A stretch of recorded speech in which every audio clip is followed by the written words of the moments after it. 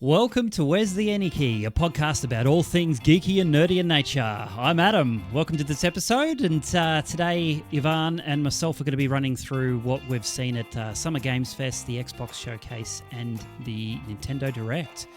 How you going, Ivan? Wowee. Yeah. I'm doing great. Pretty awesome, yeah. eh? Yeah, pretty awesome. Definitely looking forward to having a discussion about what we've seen, and look, blown away by a lot of upcoming games and a lot of titles, and a lot of stuff that, well, I didn't think would be considered a gaming genre. So very surprised. Interesting. A lot of new stuff, Yeah. a lot of very artsy directions, and a lot of new takes on old genres. So looking forward to diving and getting into that. Yeah, I'm interested to see what you've picked apart, because I've been very my notes. I was mentioning before we were jumping into this podcast that my notes have been pretty much on the games that I saw that I'll probably be checking out or playing. Not so much of the rest of it. Like, I didn't want to do a blow by blow myself, but like I said to before this, is that I'm happy to go through as much or as little as you want. I listen to this stuff all the time. I've listened to probably 3 different podcasts on their thoughts on these games. It's been interesting hearing about them all, but I'm interested to hear in particular from your end some of the stuff, especially the indies you've briefly mentioned. Mm-hmm. But yeah, overall, so I'm actually, before we do dive into it, I'm curious, have you watched any of the Summer Games Fest stuff before in the past? I have, through, I guess, not necessarily osmosis, but proxy is the word I'm looking for. So through proxy, I have, through other YouTube channels that review it, and they give snippets here or there, or somebody mentions something. Never have I really sat down and watched it completely.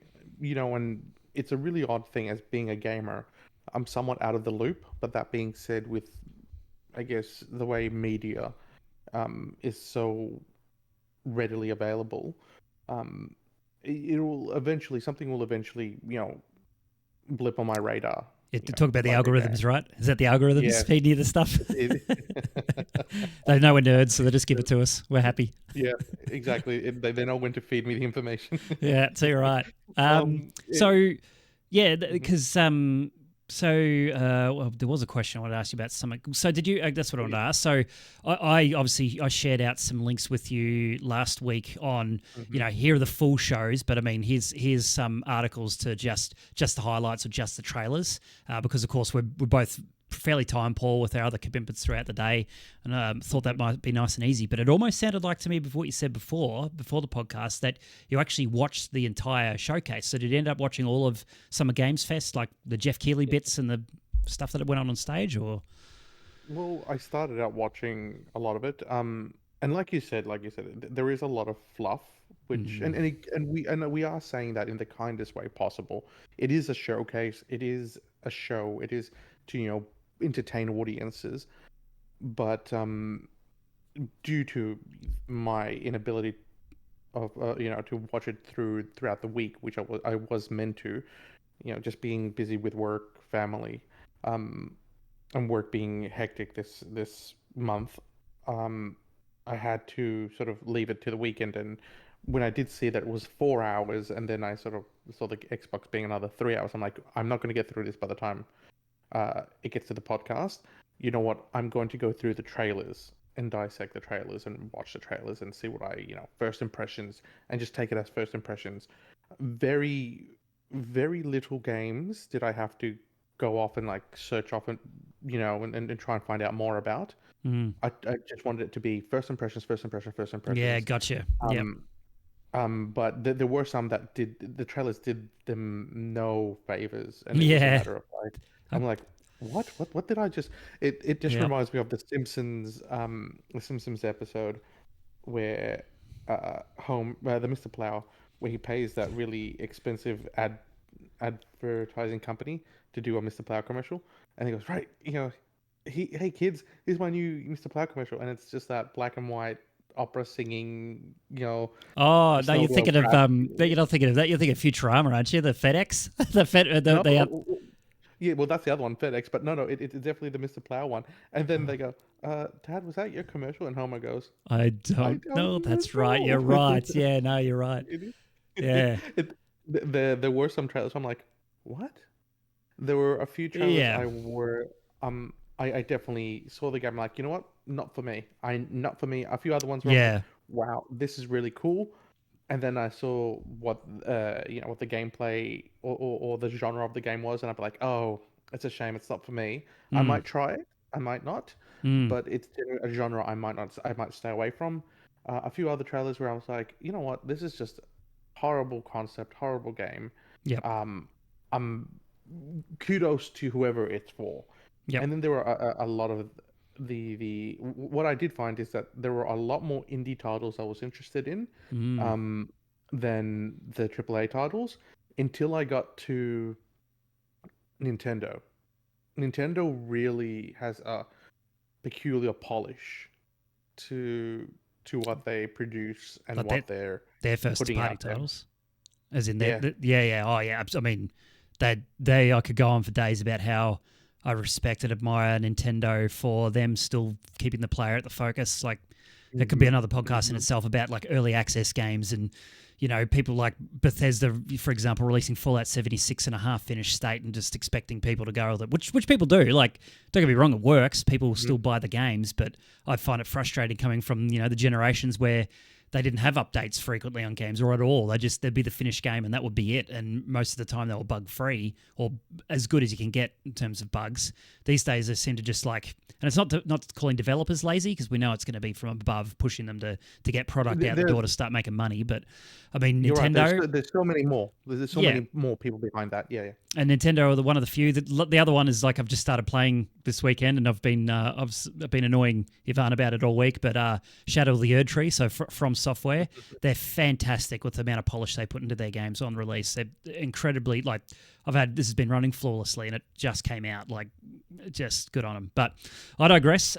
We might jump into. I'm going to do okay. So if anybody's watching. You may have noticed from our last episode, we've made a little bit of a change, doing a little bit of video here from myself. Ivan may be making a change to his at some point. We're chatting before about avatars and whatnot, but stay tuned. But what I'm going to do is going to be driving here a little bit. I'm going to be doing some scene transitions or just the one to get to watch together. So Ivan and I are going to, while we're talking, just have the trailers running. Hopefully it's a bit more interesting just looking at my mug for the podcast. If you are watching, otherwise listening, we'll... Or just my static picture. So Or static picture, but yeah, good luck to you if you're just listening because we might not talk about it too much. We're just sort of flying by the seat of my pants here. But here we go. I'm going to make the transition. So the first one we're going to chat about now. I was mentioning before that I've only taken notes on certain ones. Ivan's got obviously notes on a bunch of other games he wants to see. I'll chime in for the chat there as well.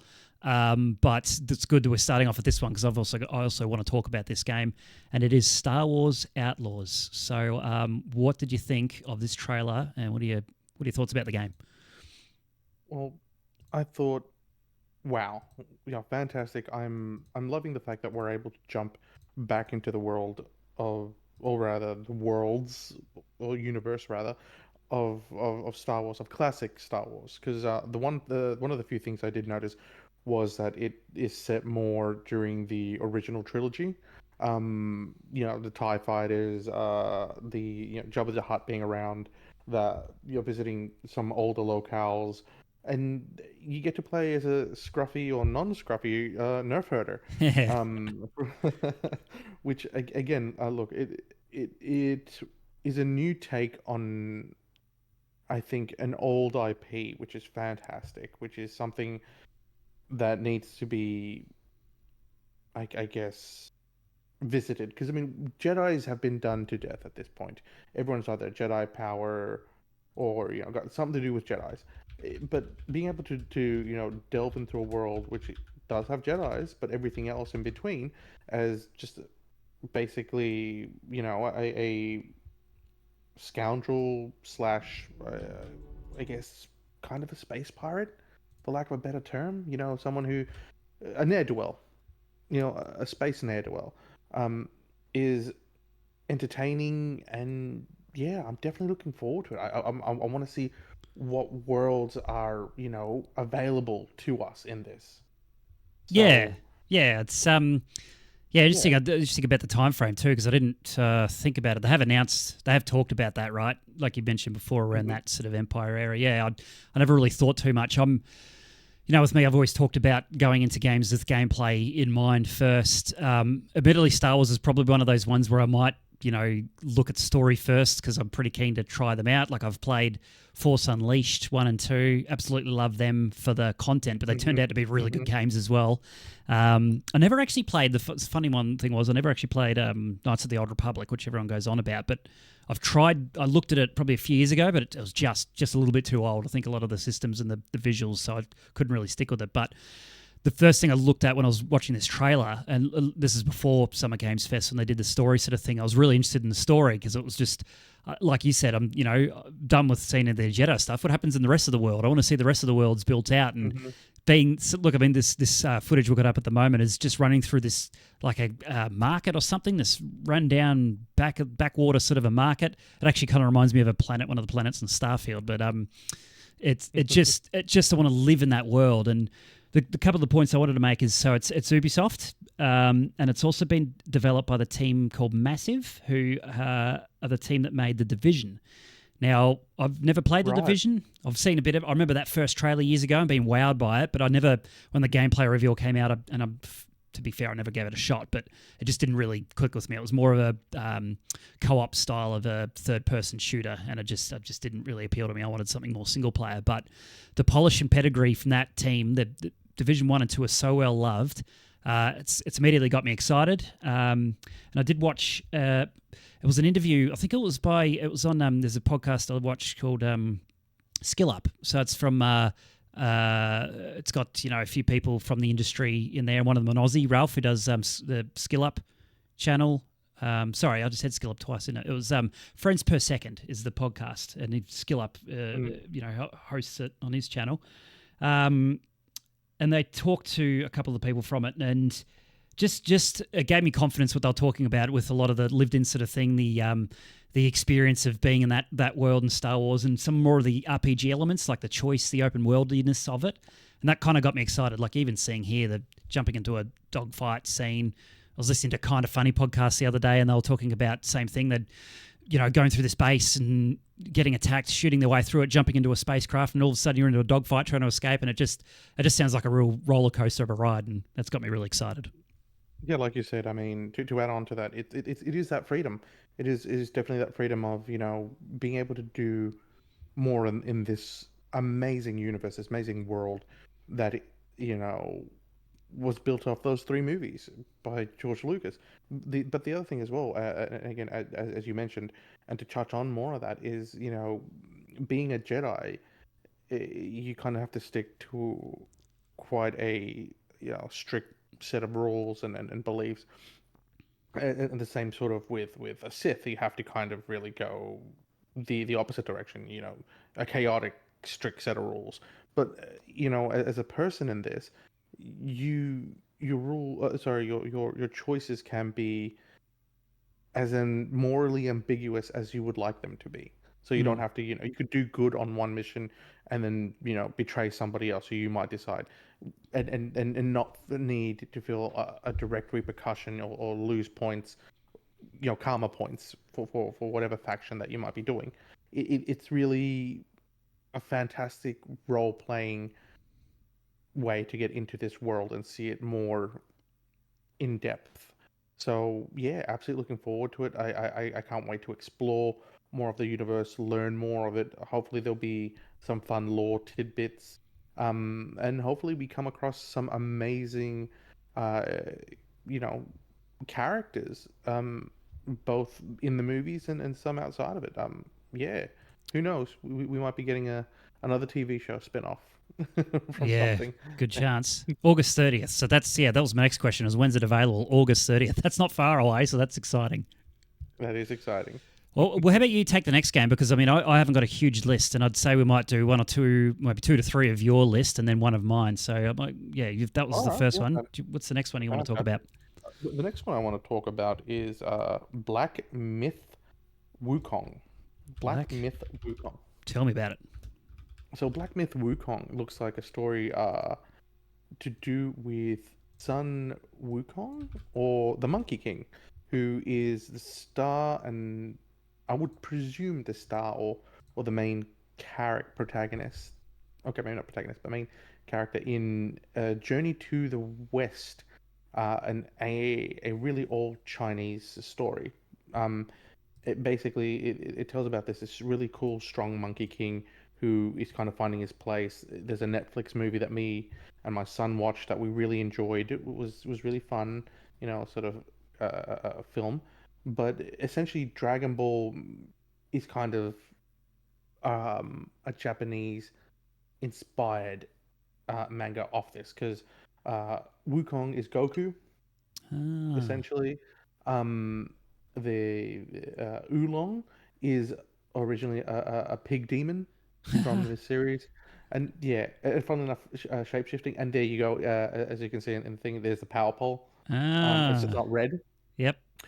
But yeah, it essentially Wukong himself, Sun Wukong, the Monkey King, is a very powerful a character who had to be, punished by Buddha in order for him to kind of learn restraint and everything else. But he was a character that had proved himself over and over again to be extremely strong and powerful and equal to the gods. So, but again, getting into the look, I would like to see more of that mythology. To me, what I did get of the few sort of, I guess, first impressions was this will be a I was gonna say Ghost of Tsushima style esque slash what was that other game that came out almost around the same time as Ghost of Tsushima? There is another one. I forget the name, Yeah. but a few games that were very in sorry that were very seated in Japanese, I guess, historical maybe mythology slash Mm. history, Mm. but yeah, this sort of seems more of a Chinese Chinese spin. Mm. mythological story, and I'm looking forward to seeing what this adventure has to take him, D- what's going to take place. Because again, I'm somewhat a fan of the character. I've yet to read the book themselves, but through osmosis, through various different forms of media, mm. I've come to appreciate Wukong, and and to all of us out there, I mean, I guess millennials and all of us who grew up with Dragon Ball and everything else, he is the I guess the seed of which Goku, was birthed. This is essentially where the character Goku derives a lot of his characteristics from. Yeah, right. So, and you mentioned before, can't quite recall, it was at the start of the podcast or pre the podcast, but you mentioned that you didn't bother about going off and researching any of these games. So, could I take that you haven't gone any further than just this trailer? Yeah, Yeah, not cool. a lot. Yep. So So, a lot of this is first reactions yep. and prior knowledge. Again, Mm. like I said, I did watch a Netflix TV show, but again, I do know somewhat of Wukong Right. Yeah. through prior knowledge. Okay. So that's where But you're getting excited from, is you kind of do have an inkling of where it's going. Because I'm like, this is all news to me, and I tend to like you've got a little bit of context and history with that, even though it's not super in depth. It's at least something that's got you excited, a spark there. For me, I'm very pragmatic, and when I see trailers like this, I'm like, okay, let's see some gameplay. Like it well, looks fancy, but what's the game? yeah, no, exactly right, and a lot of it is like that. There are a few that I mean, depending if you do bring up it, and again, if we do have time near the end, that I might quick shoot off. That I will say I have got like a few sentences that I did have to research and be like, what is this? Because the trailer left nothing, Right. gave us nothing. But Yep. even that scene that was just before where he pulls the staff out of his ear, Yeah. that is mentioned in legend. That is mentioned in legend. So. So do they talk about it Um, being itchy, or he needs some eardrops or something to help out? Apparently he does it because he puts. So I think in the story says he scrapes it down to the side of a needle and hides it in his ear because it's Oh, such a powerful thing. God, So yeah, that sounds interesting. I got to say, I would like to meet someone that can hide stuff like that in their ear. That's a weird sentence. I don't know where I'm going with that. But that's cool. Was that all for Black Myth Wukong? yeah, Black Myth Wukong, that was it. I mean, yeah, again, looking forward to it because I know a little bit of the mythology and story. And I would love to see what all this is about. It looks fun. And it's coming out soon. That's 20th of August. So very exciting. Yeah, another Or, one. Yeah. right. We'll go you again. What's the next game you Okay. want to talk about? The next one is actually a sequel to one I do own and I loved, and it kind of got my love for the franchise. It sparked that fire. 40K Space Marine 2. Ah, yes, very good. Is this the third-person shooter? Yes, the third-person shooter. Yeah, so I think I remember seeing the first one at, again, it might have been Summer Games Fest at one year, or it was at an E3 or something, and thinking, that looks really cool, I should give that a go, and then I completely forgot about it. But yeah, tell me what you thought about this trailer. The thing about these trailers is, again, it kind of reminds me of like the first time I saw the first trailer for this, for the first game, I should say. It's just this hack and slash. That was quick. Big, yeah, big sort of, what's the word?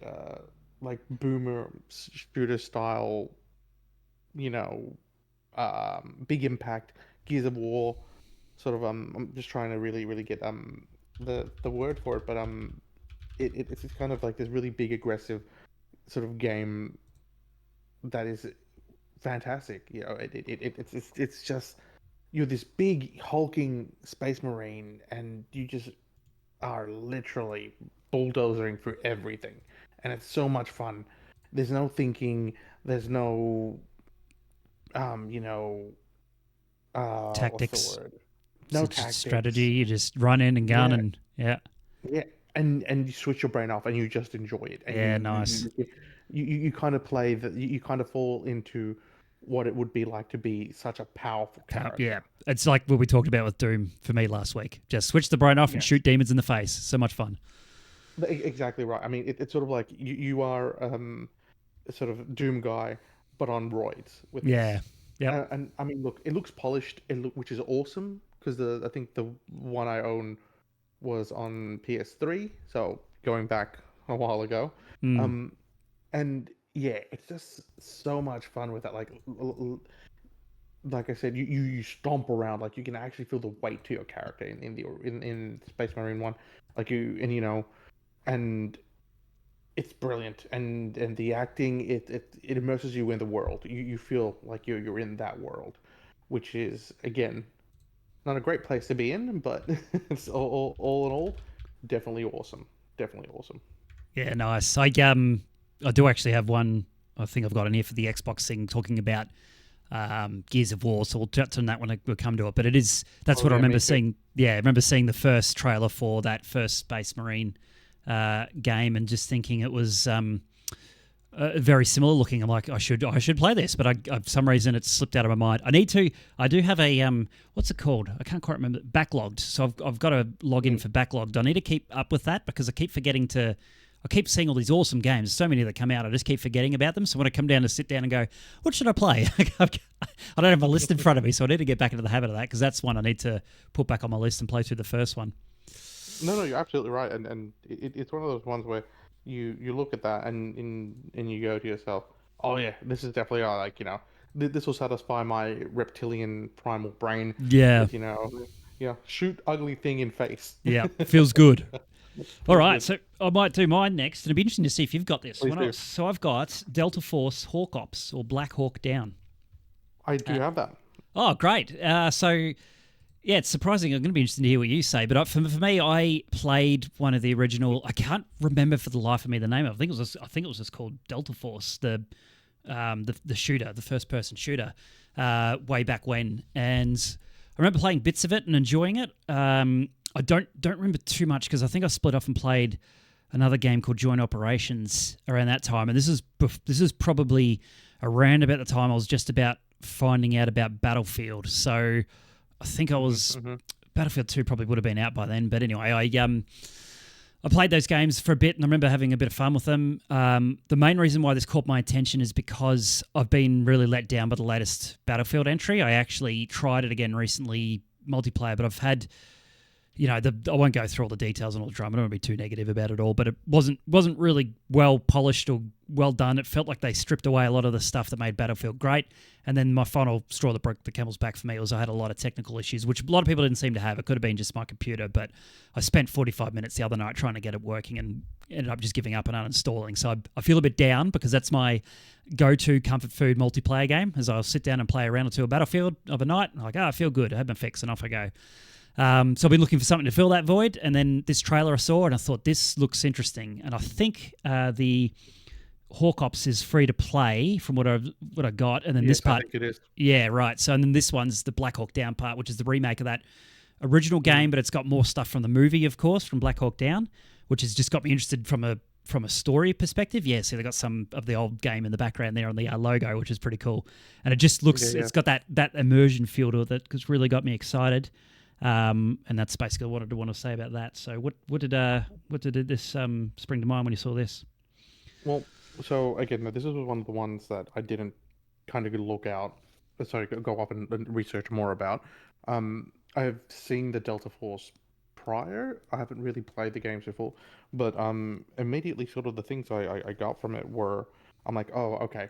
It seems like a PvP Counter-Strike sort of style, sort of gameplay that, you know what, I think if you got the right people that you want to play with, like, close friends, fantastic. You could do that all night and you would have so much fun. Yep. I'm not one, and I am saying this, and this is perhaps a bias. I am not one to enjoy MMOs, and in fact, that's what I was mentioning before the stream. Sorry, not stream, but the podcast started with Adam. Was there were some games that I did see and I thought, oh wow, this looks cool, this looks fun.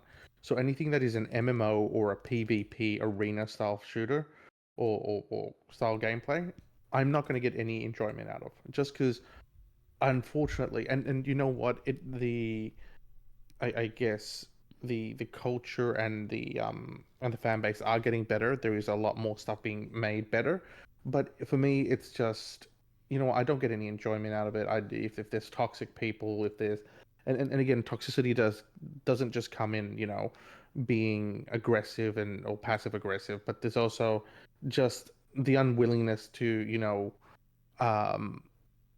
understand that there are different people at different levels or at different, gameplay styles. So, and again, not to get too much into that and not to get too, I guess, gaming political.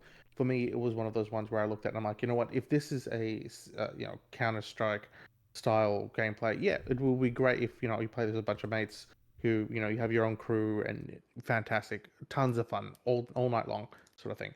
If it's more story-based mission, somewhat COD style. Again, not knowing any previous information prior to this and going straight off the trailer, I think I would get a lot of fun out of this because it is based more in sort of realism, and it you know what, as a teenager, I did watch a lot of old war films, and they were really enjoyable. I do like war films. Unfortunately, it is about a particular subject that is utterly horrible, but taking it as what it is, I think it would be really cool to play through, seeing these perspectives, delving in and then sort of role playing, I guess, as a soldier through these scenarios would be really, really fun. And I think I would take a lot of enjoyment out of it if you do have that opportunity to do like a campaign or whatever. If it's more of a PvP arena thing, I probably won't get much fun out of it, personally. Yep. But I think it looks awesome. I think it looks really, really, really polished. It'll be fun. It will have, and again, like I said, if it's got that Counter-Strike sort of element to when you do see whatever that pod thing is, where you do put that whatever it is into that pod. It's about to come up now. Yeah, whatever the Mandel, whatever that thing is.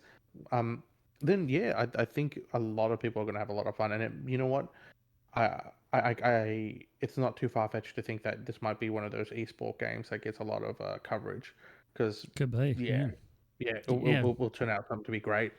Yeah, I think you're definitely on the right path there in terms of this. It's a weird name. It's Delta Force Hawk Ops. So this part of it, I think, is the multiplayer part, right? If they had the two teams at the start of the trailer there, you're seeing firing off. They had that quick sort of poster with all the characters together with all the different customizations on it. So that'll be all your battle pass stuff and all your cosmetics, and then you've got an team objective. So this looks like it's going to be a free to play first person shooter. It looks slow, and that's the thing that gets me, because I tried COD actually after I've tried COD a few times, Warzone.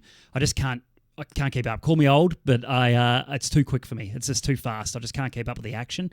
But Battlefields is a much slower pace, and I feel like this is going to be the same. Now we're switching over into this part of the trailer of Black Hawk Down. Now I'm pretty sure this looks like single player to me. So this looks like, you're right, I think this will probably be more up your alley, this part of it. That'll be at a cost, I'd say, by the sounds of things, because I specifically mentioned at the start of this trailer for the voiceover that, the first part's free to play. So yeah, this will be, I think this one's coming out later from what I gathered from the trailer as well. I can't quite recall now. Let me just quickly change my screen's turning. I've got my light turned on in Windows. Let me just turn that off. So That's right. yeah, so I'm excited for just a bit of nostalgia, but then also potentially a new shooter to fill that void where Battlefield has been. But I absolutely agree with you. And yeah, no, I guess you've summarized what I essentially wanted to say. Yeah, agreed. Cool. All right, what's the next game you had in the list? Well, I had again, look, there are plenty to sort of a little bit of a mention. There is one where that's a various amount that sort of caught my eye. It was in that Bloomhouse sort of yes. Yeah, all those sort of like mini games. Yep. So the Bloomhouse, I guess, what's the word? Games showcase reveal Showcase? trailer. That's what I'm just Yeah. loading it up into watch together. Yeah. Like those quick showcases. Again, a lot of these, not all, but a lot of these really, really tickled my fancy. Generally, not that horror games are really sort of a genre I go after specifically, but a lot of these look like a lot of fun. Like, for example, this first one, which I think it's Crystal Theater of Dolls, or Idols. It just looks like a early Resident Evil style game with statues, and then this pixel arted one, Grave Seasons. Again, great fun. I love that it's pixel art. I love that it's spooky, but I love that there's a bit of a like sim life in it. There was this Sleep Awake that seemed interesting. Not really much to say about it. All I gotta say is like weird looking. weird looking and psychological. Oh, that looks cool. Yeah, it was like I love the PS1. PS1, yeah. I will actually say, I haven't actually seen this trailer. I was listening to it, so I was doing something while this was going on, and I just love the idea that Blumhouse games are doing games. But sorry to interrupt. Yeah. No, that's all right. But yeah, that previous one, it had the simulation. Again, that seems somewhat interesting. Both this one and the previous one had a lot of PS1 style, sort of graphics, and it was like sort of early horror games like Silent Hill, the original Resident Evil, and that Fear the Spotlight also had a lot of puzzles like the old Resident Evil 1 game used to have. Do you remember? Yeah. Like go to 3 rooms down, move a statue, and then you'll hear something click, and then you have to go into the garden and you'll find like a blue gem, and then you have to come back and put it into like a crest. Yeah. So this definitely caught my eye. Again, real gaming. Not that. Yeah. That's for me. It was because Blumhouse, as you may know, is they have do films, and a lot of their films have been sort of known now. Full hand on heart, I've never seen a Blumhouse film. Never seen a film made by Blumhouse Studios, but or the group, I should say, because I think they've got obviously different studios working for them. But I watch a lot of Red Letter Media on YouTube, and they talk about them, and they just sound like they know what they're doing. Like they're not A grade, gonna win Oscars type of things. They're just literally made for those good old go to the movies, watch a shitty little horror film, have a laugh, have a scare, and then be about your way. And they're doing really well. Apparently the films are doing really well just because of that. And to bring that into games, I'm like, yes, bring that on. And just from that trailer showcase, I wish I did see it at the time, because that looked amazing. Like just some good old-fashioned style indie-ish type of horror games. And Yeah, that's all I had to say on that. Is just that I'm super excited to see what they can do. That was exactly my first reaction to that, and like I only one of them, and I think is Fear the Spotlight was one that sort of appeared later on, and I think in one of the other showcases that we watched. Um, but for me, it was immediately, this is fantastic. I'm in love with it. It it it is one of those ones where there is such a great variation. Like Mm. you got something here that you would easily see on PS4, um, even I guess even PS5, arguably, today. And then you got something that you would have seen easily back on like the SNES or Mega Drive or even PS1, like the Greatest Seasons. That's what really inspires me, is that really fun sort of take on everything. Mm. So yeah, Imaginative, yeah, inspiring. It's stuff that the big studios don't really do anymore. It's I no. was, which I'm stealing again from another podcast listener this morning, but I completely agree. Is a lot of the big studios these days won't take risks. They'll only go on something that's like going to be a live action shooter type of a game or a multiplayer game that's in the common.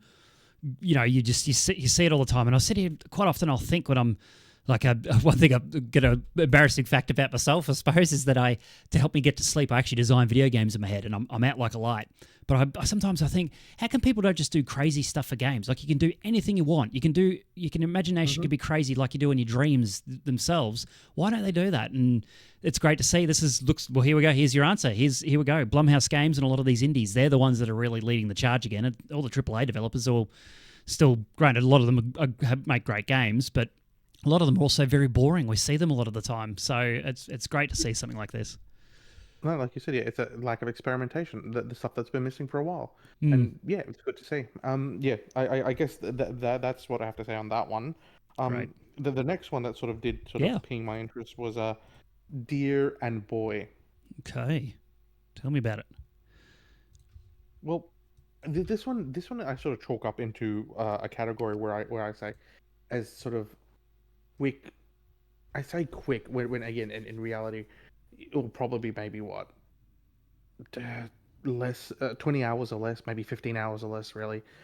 Hell, maybe even 6 hours or less, quite frankly. But it's one of these games that I throw into the quick category, as opposed to 44 40 50 60 hours plus. You're playing Mm. something, and It's like a yeah, good palate cleanser type of a game. yeah, Yeah. exactly, perfectly said. Yeah. A great palate cleanser. Mm. It has sort of limbo. What's the other one Oh, that yeah. was Inside. inside, Yep. sort of style, vibes, and sort of Mm. gameplay, I guess, aspects of it. It's very side scrolly, puzzly, um, co-op character. There seems to be a bit of a, again, horror element to it, scary Yeah. element to What's it. going on there? That looked interesting. Um, but at the same time, there seems to be a bit of growth in the characters. It's very, very, it's interesting. So what There's you're a saying is surreal moment. you bring your tissues along because there's going to be some tears at the end of this game. I think there might be. I think there might be. It's very, yeah. It's like you said, it's a palate cleanser. It's what, and again, I can't remember if I was having this conversation with yourself or with somebody else, but it's essentially some of these games, and it's brilliant. Some of these games and some films are what I would classify as experiences. Mm. You know, they're not necessarily, like, for example, um, The Northman. And again, I'm going off Mm. topic here, but The movie? just to make a quick point, yeah, the movie The Yep. Northman. Yep. To make a quick point here, um, the story was very basic. It's a revenge Mm. story, and that's about it. But the visuals in that film, the music, the score, the visuals, absolutely stunning. Fantastic. Yep. Yeah, fantastic. And that's what I would call an experience. You Mm. don't necessarily go for the excuse of a story, you go for the experience of enjoying those visuals, enjoying the score. The same like with most Mario games. It's all the same thing, just get to the end, right? Yeah. But you experience new platforming, new forms of platforming, and new power-ups. It's a Mm. new experience. So that's what I classify this in, sort of like a short game experience. It looks really entertaining. It looks like it's going to be one of those games where there's not going to be a lot of talking, or if there is, it's going to be kind of like quite emotionally invested. You invest in this character. You grow to love this character, and yeah, I not again first take. Um, I want to know more about this world. I want to know what's going on in it. Is what I get, and I want to know how the relationship between this boy and this might be forest spirit guardian deer avatar Yeah. uh evolves. Yeah. Yeah. So yeah, that's sort of it for me. Yeah. So good, good trailer. It's drawn you in. Yeah, Uh, very much so. all right, mine. I'll do one. Hmm. Is Kingdom Come Deliverance 2. So this. So I don't know about you, but I Yes, like I this was saw. actually This is one you had on your that was on my list. list as well. Yeah, it was Yeah, one I had on awesome. my list as well. Yeah, so I had. Did you play the original? Or did you see the original at all? Oh, it's I not do loading. remember knowing of the original. I remember knowing of the original. I remember seeing it. Now, here's a little bit while you sort that out. Here's a little tidbit about me. I've Mm. always been a sci-fi fan. I've always been, and again, it's only now that I've let my geek fly. Let me try saying that again. Geek fly. Tongue Um, twister. yeah. Yeah. um, is that I've now come to appreciate like all forms of geekdom. Mm. But before I used to be like, for me, it was really sci-fi stuff. Sci-fi sounded really fun. Sci-fi was really Mm. cool, you Mm. know, because it's so far-fetched, right? It's so fantastical. Mm. And then, fantasy realms and stuff I learned to appreciate a little bit more. And it's sort of grown my appreciation for more medieval stuff. Because for me, medieval was always this dirty, dumb, boring time in Mm. history. Yep. Like Yep. it's like okay, who cares about the medieval people? They were living in mud huts, Yeah. and Well done. And shit yeah, and people, whatnot. yeah, shit, Yeah. Yeah. yeah. Yeah. And again, look, big props to that have to probably come from, and this was something that me and Adam have discussed at length, and I think he's a great fan. You're a huge fan of, obviously, and I learned to become a fan later in life in my early 20s when I watched um what is it called? Not Holy Grail. Holy Grail. Thank you. Yeah. Yeah. The Holy Grail. It really kind of grew my appreciation for that and Dungeons and Dragons and all that sort of stuff. So yeah, look, the original Kingdom Come wasn't too chuffed on it as it were because it was very much it's just a medieval kind of simulator. But the more I saw it, I'm like, I think I've got it on my wish list, and I'm like, you know what, this might actually be interesting. And seeing number two with more story elements, more a lot of this stuff into it, definitely piqued my interest. Really, really piqued my interest. I'm like, you know Mm. what? I might actually want to play a bit more about this. This has got a bit of a Witcher slash Kings of Throne TV series vibe to it, where Mm. not necessarily the fantastical side, but this whole um, Grounded you sort know, of. yeah, the politics of it all, Yeah. and the all that sort of stuff. I'm loving the thing that took me first was the vibe. Like they got a good bit of humor about them, which I really enjoyed. Hmm. But I'm same with you. Where I'm right there aligned with you. Is like I typically like this sort of style. If I'm seeing this, I like to see fantasy.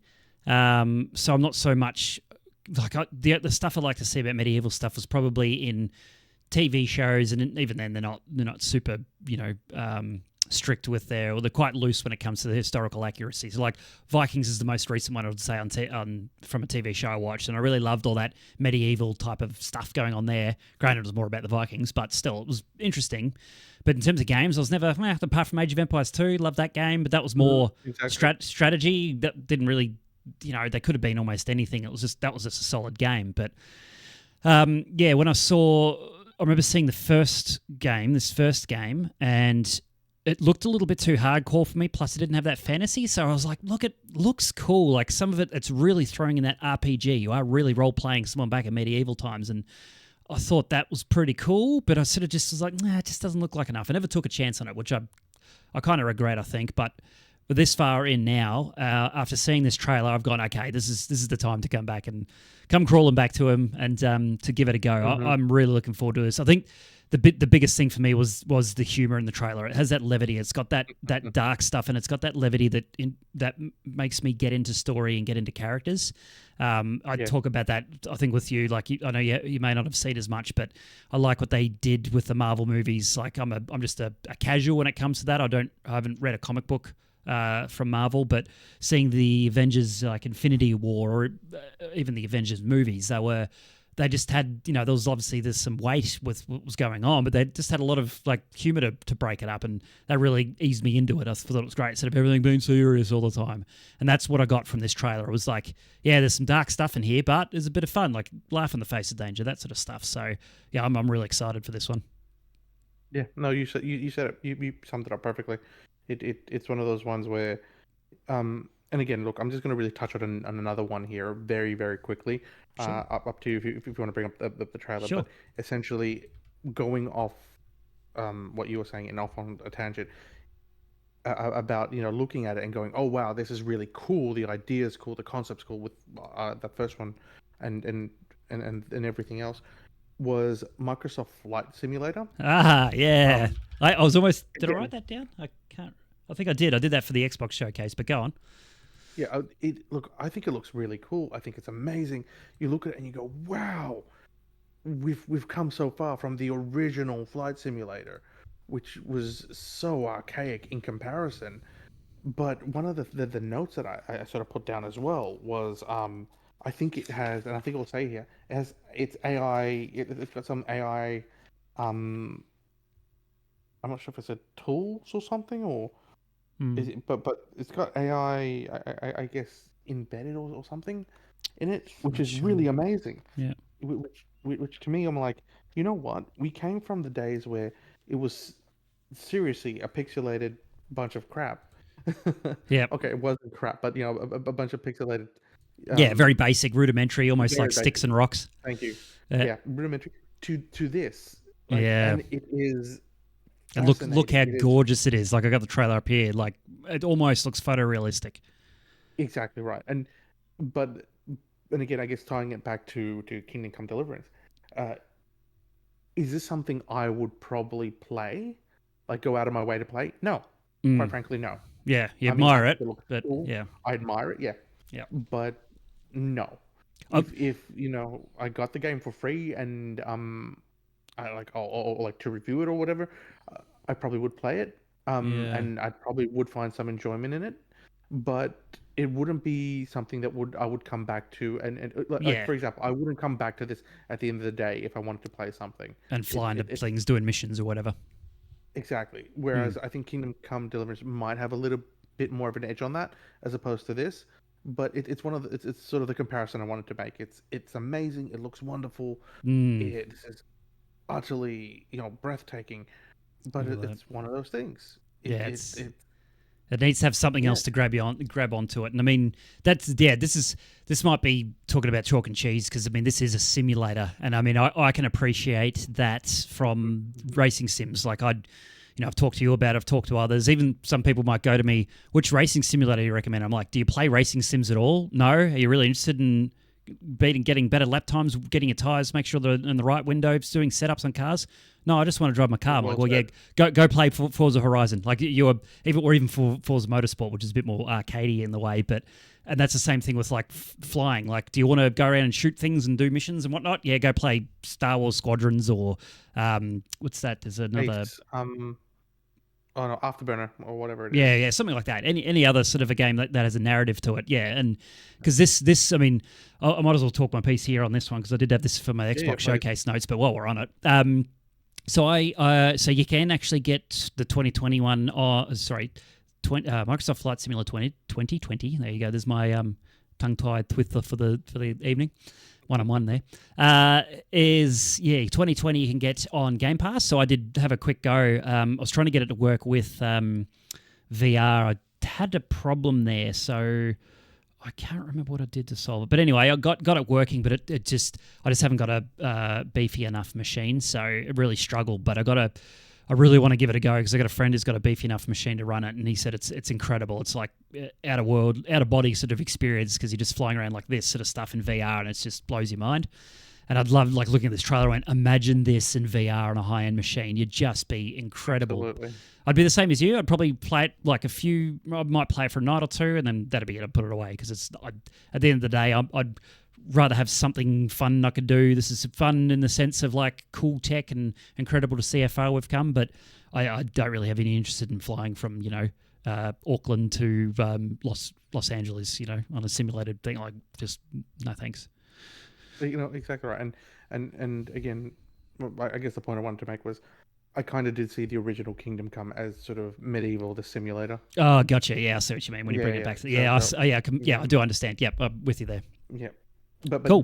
But with what you said about the Kingdom Come Deliverance 2, absolutely, it looks like something I would definitely sort of want to pick up. And it is that humor, that personality that comes through with the characters.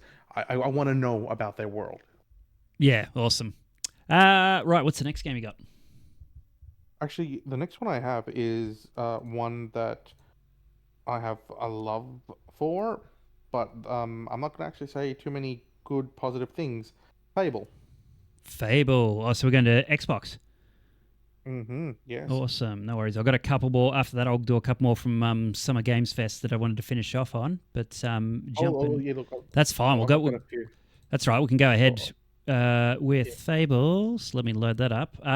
So did you see the first trailer as well? Like, obviously, this is the new trailer they showed at Summer Games Fest. Oh no, I haven't seen the first trailer, but I got to say I do recognize I guess the female lead as sort of the meme that everybody seems to be complaining about with the character. What's that?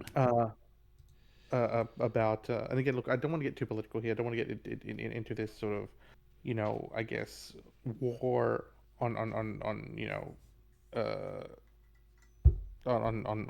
I guess in the gaming world with LGBTQ stuff and all that sort of stuff. But I think she's a character that most people sort of meme about, where it's like you allow woke people into gaming, and now all your female characters don't look like Lara Croft anymore. They look like this sort of thing. Where right. Yeah. And again, that's all I'm going to say on it. Again, not that I agree with that mentality. The fact of the matter is, I don't see how any of that. Oh yes, I think I did see this one a year ago or something. That one, yeah, that was the one. That isn't the one I'm actually after. There was a different one which had the lady the character in it that we saw from the new one. I'll keep trying to find it. Keep talking. Well, the one thing for me, and I guess talking on that art direction, and it's not what I think most people would think I'd be saying about that aspect. For me, it was, I think it looks fantastic. The game looks fantastic, great graphics, but the original Fable games, and I haven't played the original Fable 1, I played Fable 2 and Fable 3, and I fell in love with Fable 2. To this day, one of the most best games I've ever played. Yeah, I remember talking to you about this, yeah, because I've never played them for reference, yeah. Oh, look, there's great comedy in it, it's funny, it's very much dark humor, and it's kind of reflected here in this trailer with this guy talking. Yeah, it's a great trailer. Yeah, but... And again, and I say this with this guy, and I say this with the character models. I get that they got amazing new technology and they want to show it off and everything else, but the originals were more cartoony. They were caricatures of what I guess real people look like. And in a way, you kind of see it here, I guess, with that guy. Yep. But he's more on the realistic side than he is caricature. Yeah, if you will. I mean, with that, it was more caricature of it, and this has gone full on RPG, but looks of it. Yeah, and again, these games are RPG-esque, but they're more fun. Like, for example, there's the original... more action, like action RPG rather than traditional RPG. No, because that doesn't because adventure RPG, more adventure RPG was the original, I guess, because you're off always doing missions and stuff. And there's just one mission where you have to infiltrate like this group of worshippers to like a dark sorceress or dark goddess in Fable 2. And I can't remember. It's been a long time since I played it. and the guy goes to you, right? Um, if you want to come in, like he's wearing a dark robe, and you've got a dark robe and everything, you got to prove yourself. And he hands your character a baby chick. He goes, eat it. And so you're depending on how you're playing as your character, Yep. you can either choose to not do it or eat the chick. And because I was doing an evil run, I decided to eat the chick. And the Yep. guy's like, "Oh my god, I didn't think you would actually do it. I was only joking." Like, holy cow, dude! All right, calm down. That's Do great. you see that? Yeah, that comment. There is so much comedy in it. It is like Yeah. this dark comedy, which is really, really, really fun. And I don't see that in this. At least not Really? with this trailer. No, I mean there is hints at it, but at the same time, there's also hints of like they've just gone a completely different direction. I'm hoping I'm wrong. I Right. don't like the art style. Really? I that second trailer again, like I said, it was part comedy. Oh, Moss Yeah, this is the from I haven't seen it. yeah, this is the first trailer, or the first proper trailer. So this was last year at the showcase. So it's Right, I Richard haven't seen this Ayoade. one. It's Yeah. good, but worth watching again. Very similar humor. It's funny. Um, because I think here you're actually stuck with a particular um player character, whereas in the sort of original Fable, You could um, just be in whoever. Was Fable that? 2, yeah, in Yeah. Fable 2, Fable 2 specifically, you have Mm. these two characters. You have a younger brother and an older sister, Mm. and depending on who you want to play, is like what gender, you can Mm. choose the sister or the brother. Yep. If you choose the sister, then yeah, you play off as a sister. You play, as a woman and everything. And the story continues the same throughout the whole game. It's just slightly different cutscenes at the beginning with the sister as opposed to the Yeah. younger brother. So Or my thoughts are, sorry to interrupt, is from what we've seen from both, these are both CGI trailers, right? There's no gameplay from what I've seen. mm, So, maybe in engine, or what they're going to be, yeah, like they say with that. I didn't see any pop ups in the bottom, but I'm going to go with the just CGI to give you a representation. Sheet doesn't say much in these trailers. So I'm actually kind of leaning towards that might be what Fable's like, as they're still going to respect that, as in you can choose your gender. You might get her as the voice. Maybe that she doesn't. That's just what they've chosen as to represent the in the trailer. I could be wrong. They could be just going for this is the protagonist in the game, but I just don't think we've seen enough yet. It's another one of those games where I've seen these two good trailers. I want to see gameplay next. If they do another CGI trailer, I'm going to be like, well, I'm not sure, but giving the pedigree of the studios. This is actually Playground Games, and they're the guys that do Forza Horizon, which you and I, of course, did a bit of a chat about on mm, a podcast. One of the first one, might have been the very, very first podcast that we published. as it And, was. and I mean, that one thing I remember saying from that Forza Horizon was how bloody gorgeous the graphics were, and I mean they're replicating it here, like even with the animation, incredibly good looking games. I don't have that background with Fable like you do, so I'm sort of open to it, and I just hear his RPG, I'm like I'm in, and it just looks fantastic. So these trailers have got me excited, but yeah, I mean now I do have that question mark on gameplay, and knowing how AAA this studio is, I'm still confident. I'm not cautiously optimistic. I'm still confident this will be good. I don't know how Fable-ish or Fable-y, if that makes sense, it will be. But the only thing I will say is I hope the next time we see this game, we're seeing actual gameplay. Me too. Yeah, and there's a lot that really makes Fable. And I think the staples were you choose your path, either good or bad. You it's an adventure RPG. I think Lionhead Studios were the ones who originally made I think the first three Mm, off the top of my head. yep, Um, that sounds right. and yeah, you kind of adventure through this world, and it's got that dark comedy.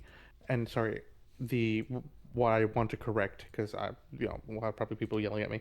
No, if you play, depending on your gender, you still play as the younger sibling. Because it's always your older sister who something happens, and all this other stuff that kicks off the game.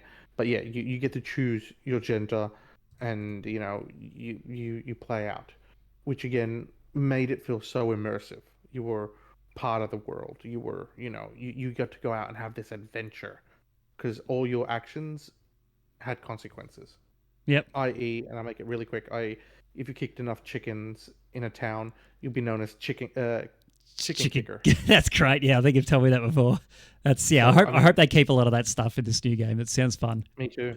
So yeah, like I said, not really. I don't know. Um I'm glad that you're the optimist in out of the two of us. Me, I just hope. Yeah. I'm gonna hope, Yep. and yeah, that See that where it ends up. that yeah, how it ends up. Yep. The other two, I'll just quickly talk from Summer Games Mhm. Fest because I'm keen to dive into Xbox. Still got a lot to go through. Oh, and The, actually, I still oh, got a few. oh, Some you games do? first, yeah, Oh, okay, yeah. sure, yeah. Okay, well, the next one I had was Killer Bean. So it was just a silly little trailer, but I mean, it must be worth something. It's not the two things. So I don't know if you heard the story around Summer Games Fest, but there is a cost to being there. So there's going to be certain games that Jeff Keighley will want there because, of course, a big part of Summer Games Fest is also advertising. They'll have sponsors and ads and whatnot they chuck in there to help not only fund that but to make a profit out of the whole thing as well. And so some developers do, or the big ones would pay to have their trailers on there. Some of them I've heard Jeff just picks out and would go. Well, again, these are assumptions, but assumptions that Jeff would find something that he likes and think would be really good as a part of the showcase and approach the developer and get them on there. This is a game which could be that's paid for, maybe, but I think this is a single developer. I didn't actually write them down in my notes, but I think this is just a single developer making this. All I've got for my notes is hilarious because it just looks hilarious. It looks like good stupid fun talking about that type of gameplay, like about back to Doom shooting aliens in the face and then demons in the face, and with Space Marine shooting aliens in the face. Similar sort of thing here. It's just like, let's do a send up of an action movie hero, but he's a coffee bean, and yeah, it looks great. It could be fun for like an hour session on it. Who knows? But I'm going to be definitely keeping my eye on this. Nope, you hit the nail on the head. That's exactly the same way I feel about it. Although this is one of the ones that I actually went out and kind of looked up a bit more information on. Do tell. Because I saw the character. I'm like, I know this character. I know he's not a new character because I've seen him in memes before. I've seen him somewhere. Okay. So like, why do I know this character? So it turns out that he's apparently this is sort of like one of those YouTube success stories. So he was like a YouTube success comedy character, and they made a movie about him as well. There's a movie as well based on him, and I think even a YouTube series. Okay, I think I got to see this. Yeah. So yeah, it's like sort of early CGI, I guess, sort of character, and yeah, you're right. It is sort of like a parody on like all those action spy hitman type movies. Yeah. And yeah, look, I saw it and I thought, look, this looks really fun for about an hour. But could be. it's not something Hopefully it's more fun like goes. But it looks like you can see. I mean, looking at this, I've dipped my toes in some game development, like on Unity, for example. A lot of these are assets. These are just like from asset stores, very basic. Oh really? Well, I mean, it's a single developer. So, but I mean, you look in the background there, like some of the low poly sort of like right at the back, those skyscrapers, very low poly. It is very hastily put together, which doesn't matter as long as the game's fun. Who cares? But knowing that and what I'm seeing there, like that's what I'm theorizing. It's only going to be good for a few hours, but I'm hoping it's more than that because it'll be just looks like a bunch of fun. No, I agree with you. I definitely, because in PS3 there were like a few games like this that were what's the word I was gonna say? It reminds me of two games. One in particular is Conker's Bad Fur Day. Yes, It's classic. got that same sort of feel, yeah. Yep. Which again, I feel like would be great fun. And you're right, it doesn't matter about those assets or anything as long as the game is actually enjoyable and fun. And the other one was I can't remember, something teddy bear game. It was on PS3 for a while. Yeah, can't help you there. Oh, what was it? Because I found it quite interesting. Naughty Bear. Naughty Bear. Naughty Okay. Bear. Cool. Yeah, it reminds me of that sort of stuff. Yes. Yeah, I next was game. going to say one of the ones I actually had was, and again, I just want to make sure I've got the right spelling here. Mm-hmm. Because a lot of this I did sort of write down hastily. Yep. Yes, Eno Tria. No Tria, the last song. Yep. Tria. Yep. That one sort of, I looked at it and I thought to myself, and again, it just looks so cool. I love this Harlequin Joker. Again, not talking about the DC comic books. Sort of Like a minstrel yeah, gotcha. Yep. style, aesthetic to it. Mm. Almost like a puppetry to it as well, like a oh, what's the word? Oh, mannequin style, Mm. so sort of I'm art immediately style getting to it. vibes of that Lies of P kind of look. Like I Yeah, don't know if you saw that game, it looks similar to that. but I also love like how it's almost like Souls-like in its combat style. It Mm. seems, Well, did you you ever see obviously. did you see Lives of P? Let me see. Because that's a Souls game. It's basically a Souls like, and it's one of the very few. It's a Korean developer, but one of the very few indie sort of a game. Actually, I don't know. I'm not 100% sure if it was an indie developer, but basically they're based out of Korea, fans of the Souls series from Software, and they built this Souls-like game, and it got very well received. Like it's probably one of the best Souls-like games outside of FromSoft Souls, Dark Ah, Souls. yes, yes, yeah, Liza P. Yes, yes, yes. I did see it, which again, it's on my list. Um, it looks just so. It's so unique. It's such a unique and interesting world concept idea. And again, I didn't research anything more of this. Mm, I'm curious. Like I'm curious to see what all this is about. mm. Yep. So the trailer drew you in. Like I said So yeah, before, for trail me, definitely. I see no gameplay, so I'm not interested. I moved on. But I'd be interested to hear. Like if you go to me, dude, you got to check this out. I'll be checking it out. No, definitely that's on my radar. Yep. The next one I Um, got is just a shout out, and mhm. then we'll carry on with yours. Oh, Is no. Yep, Outer yep. Sloth. So I really like this whole like talking about how the AAA industry been a little bit boring and by the numbers. Outer Sloth, which is a it's a group, I think. It's a fund. So it's a fund for indie developers, and it's been put together by Inner Sloth. So the guys that developed Among Us, and it's just a Mm. shout out to that. I love them banding together to help out other indies. It's so cool to see. It's a bit like what probably not the same way. I don't know what. I didn't actually see the details of this, and this is my bad. I didn't really take down the notes. I just saw that it was basically making a fun for indies. But I sort of look at like Big Mode, which is Donkey's video game Donkey's label. He's now sort of looks like he's focusing on indie sort of titles that he's publishing. That Animal Well was the first one he did, but was well received and no pun Mhm. intended. And yeah, I just like seeing that. I just want to see indies doing the cool stuff. We've already mentioned that before with Blumhouse, and it's great to see Inner Sloth have created Outer Sloth to help indie devs. So shout out to them. That's brilliant. You are 100% right on that.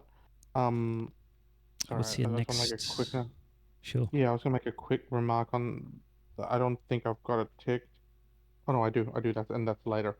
Okay, good. The other one as well was Sonic X Shadow, Yeah, and I was again, always going to write this down, but I skipped it. But I was waiting. I was going to see if you brought it up, so I'm interested to hear what you have to say before I jump in. well, the little man is again, my son's a bit of a Sonic fan. And again, it just goes to show how timeless Sonic, Mario, Crash Bandicoot are as video game mascots. Mm, Because like it's just fun to see how many kids just resonate with them, like mm, this colorful, fun gameplay.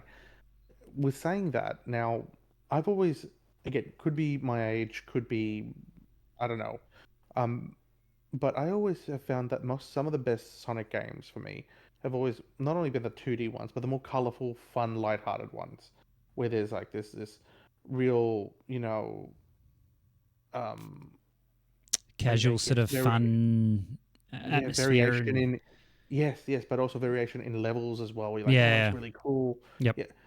Now, the one thing with Shadow, and again, I think I played the original Shadow game on PS2 or whatever it was, um, is they're trying to bring all this edginess to Sonic, yeah.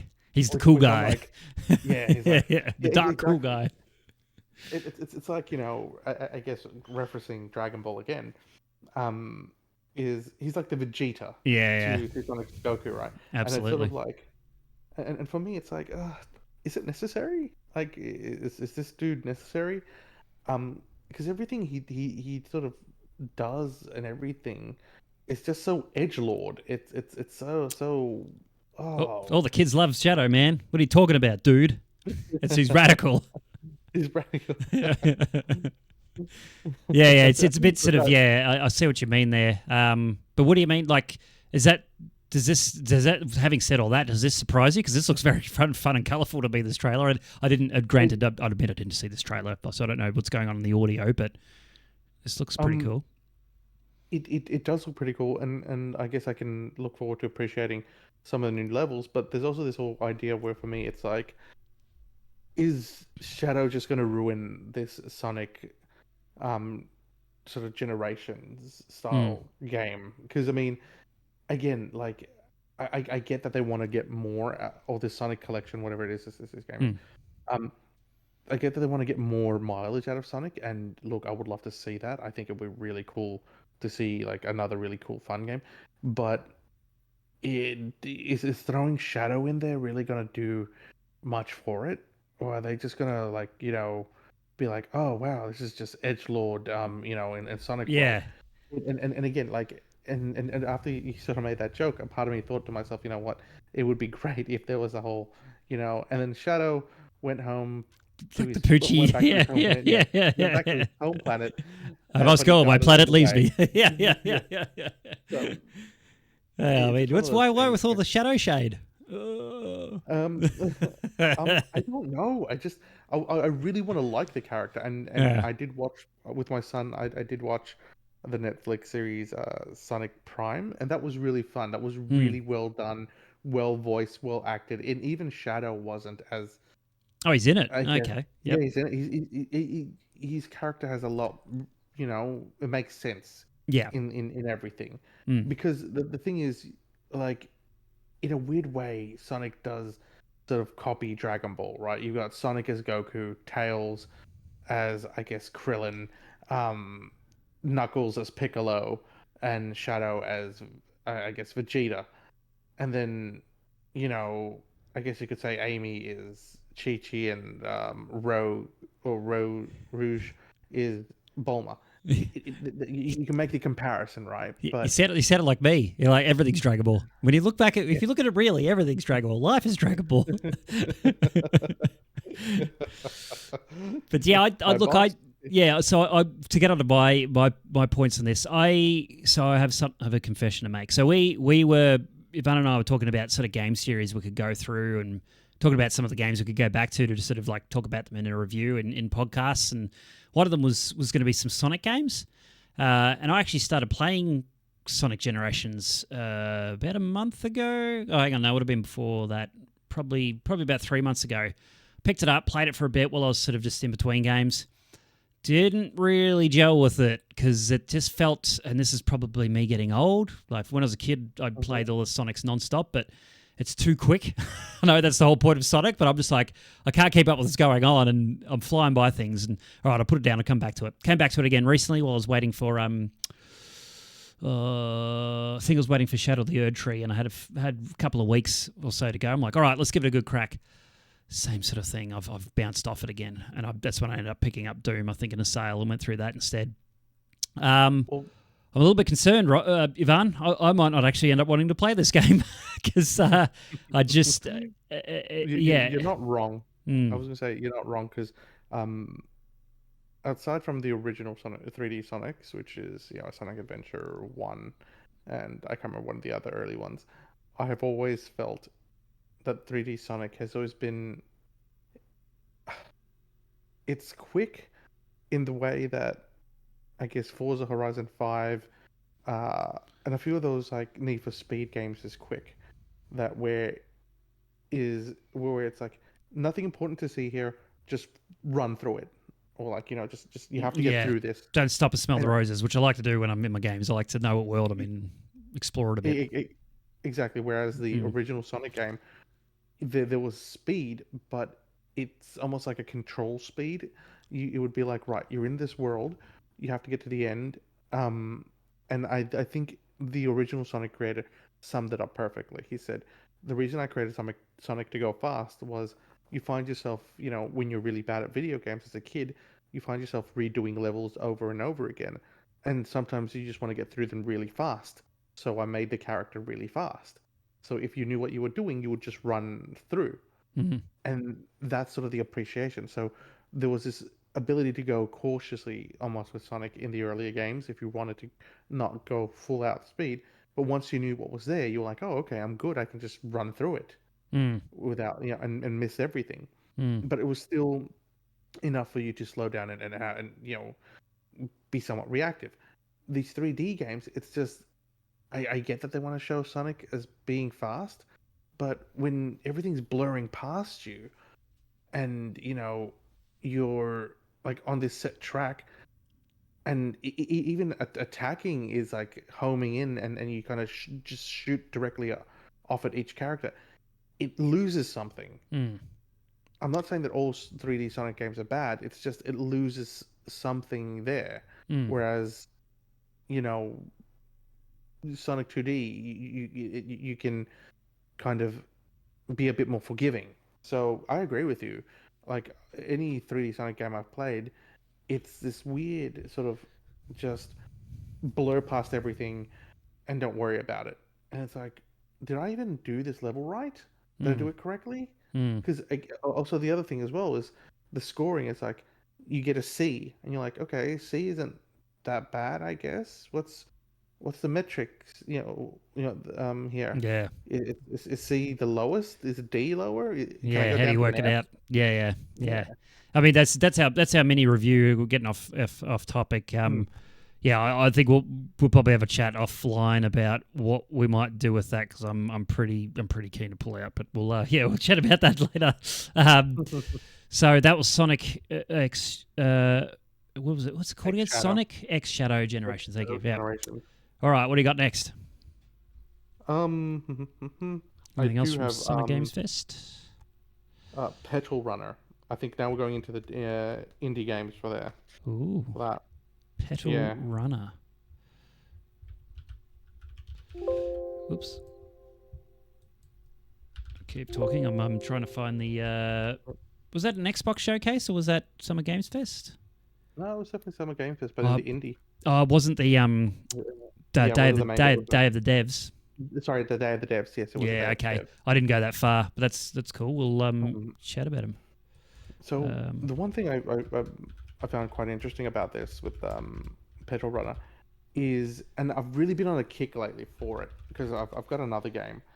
Is I'm just hope if you're able to, yep, you found it. And again,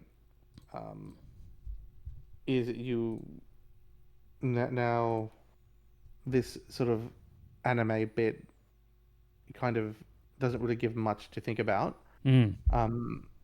And again, it's not until sort of the actual gameplay comes on, which you're really going to find enjoyable because it's what really kind of made me stick around for this. Because at first I was like, oh, okay, it's just some sort of weird anime thing.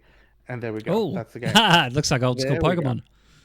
There we go. Right? Yeah. So with that, it's the retro aspect. Cool. Again, and I throw this in as one of those quick adventures. I'm gonna have a lot of fun. Yeah. So the whole premise of this game essentially is you kind of you're what's called a petrol runner.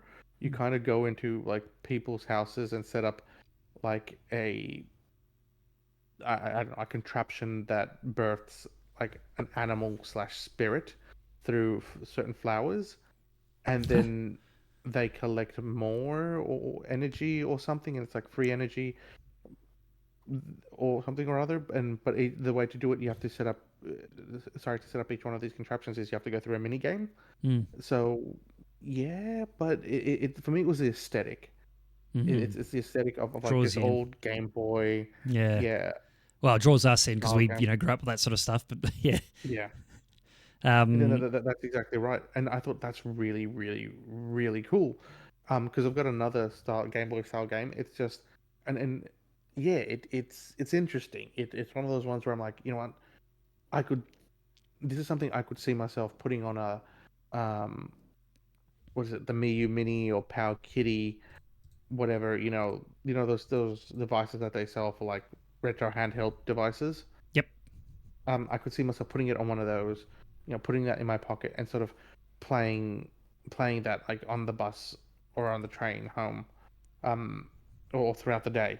Like it's one of those ones where I know I don't have to put in so much effort like you would playing through a AAA title or even some more in-depth indie games. It's one of those ones where I'm like, I can pick it up, cool. I can put my um, device on sleep mode and then come back to it and pick it up and go, yep, continue on. It's just quick, fun, and straightforward. So yeah, and it was for me what really got me was the aesthetic. I looked at it, I'm like, that's really cool. Yeah, I'm really kind of into a lot of these retro aesthetic looking games recently. Because I got another one called I think Fishing Vacation, which is meant to be a bit of a horror game. So yeah, Yeah, nice. definitely piqued my interest. Definitely piqued my interest, that one. Good one. All right, that was cool. So, what have we got up next you want to chat about? Fantastic. So Karma the Dark World. Now this one again, sort of, eh, it's a bit of a horror, psychological horror game. And what really intrigued me about this is sort of what the dev said, that it's um almost like a an insight into other people's perspective into sort of like everyday life and world. And Okay. you kind of have to, delve into I think their dreams or memories is something that he said. Yep. So and then he said, yeah, look, it's a psychological horror style game. Is this I Sam thought, Barlow's okay, game? I think so. Because he's done like is it Immortal, or there's a couple of games he's done recently that sound very similar to this premise wise. Like, is Um, it live action? Like, it's not actually a. no. Oh, there we go. No, Yeah, yeah. I'll take it back. No, not Sam Barlow then. Probably not.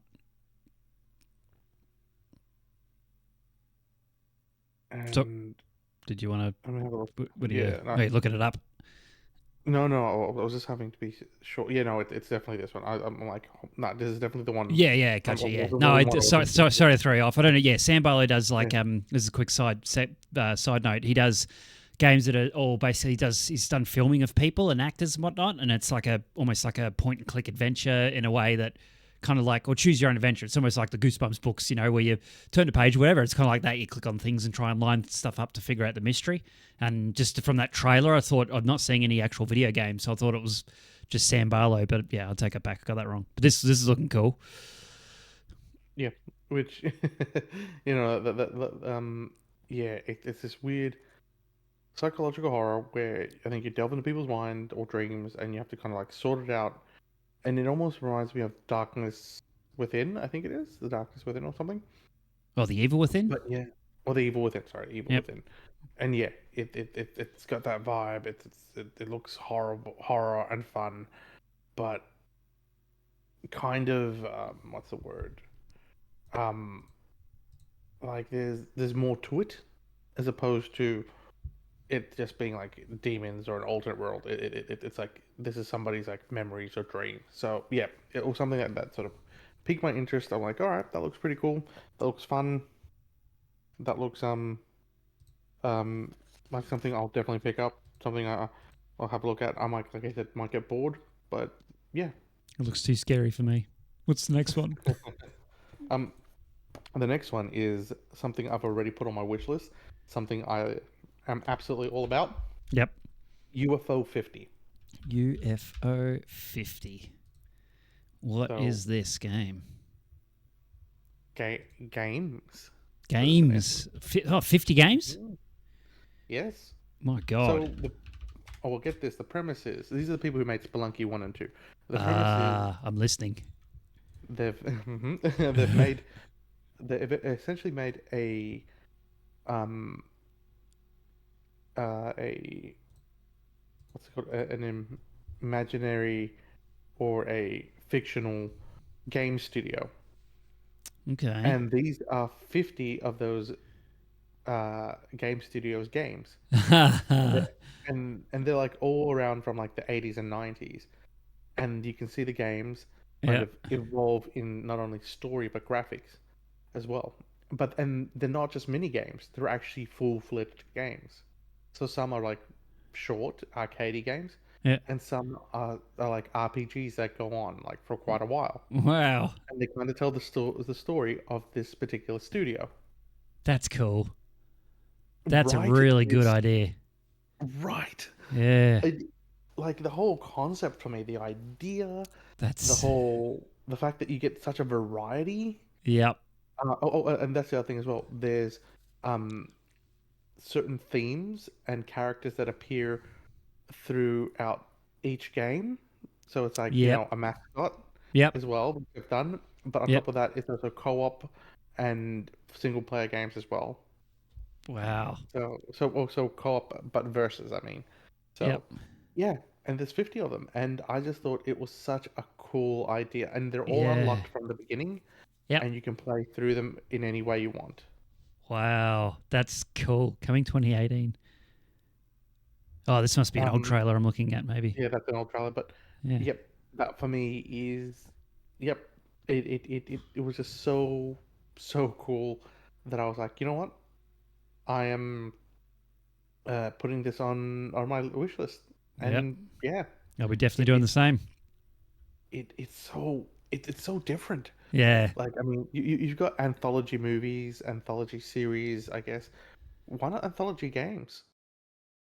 You know what? Like, Absolutely. because this for me feels like a lot of bang for my buck. Yeah, absolutely. It's just it's a cool novel way to go back to those old arcade style of games without going back to the classics. That you can, obviously you can get the classics of that, but it's kind of like the what if alternate history kind of a situation, Hmm. and it's just a cool idea. Again, we're talking about how, you know, why aren't why aren't game devs doing more crazy stuff? And here it is, right here. This is why I love indies. They just think outside the box, and yeah, it's great. No, you said it perfectly. But I guess also, as as you sort of admitted, one of the things as well, and again, um, not that I think any of our fans or anybody listen will have the energy to actually poke fun or anything. But one of the things when I do it when I have moments of creative inspiration is think how would I have designed certain games, or if I could design a game, what would I do that's different?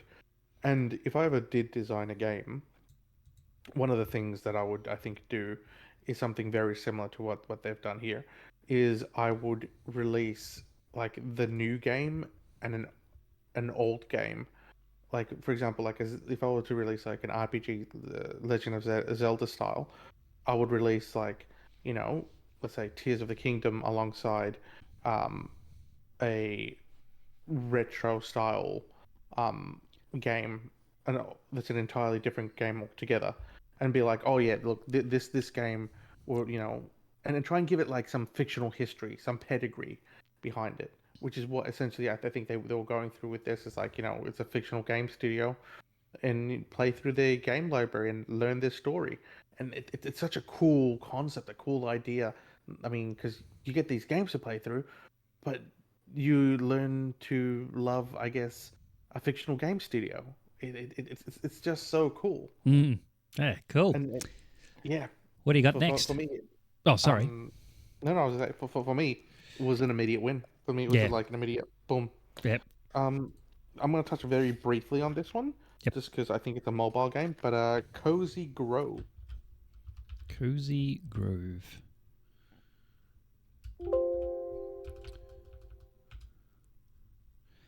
Is it just spelled Cosy? American spelling Cozy.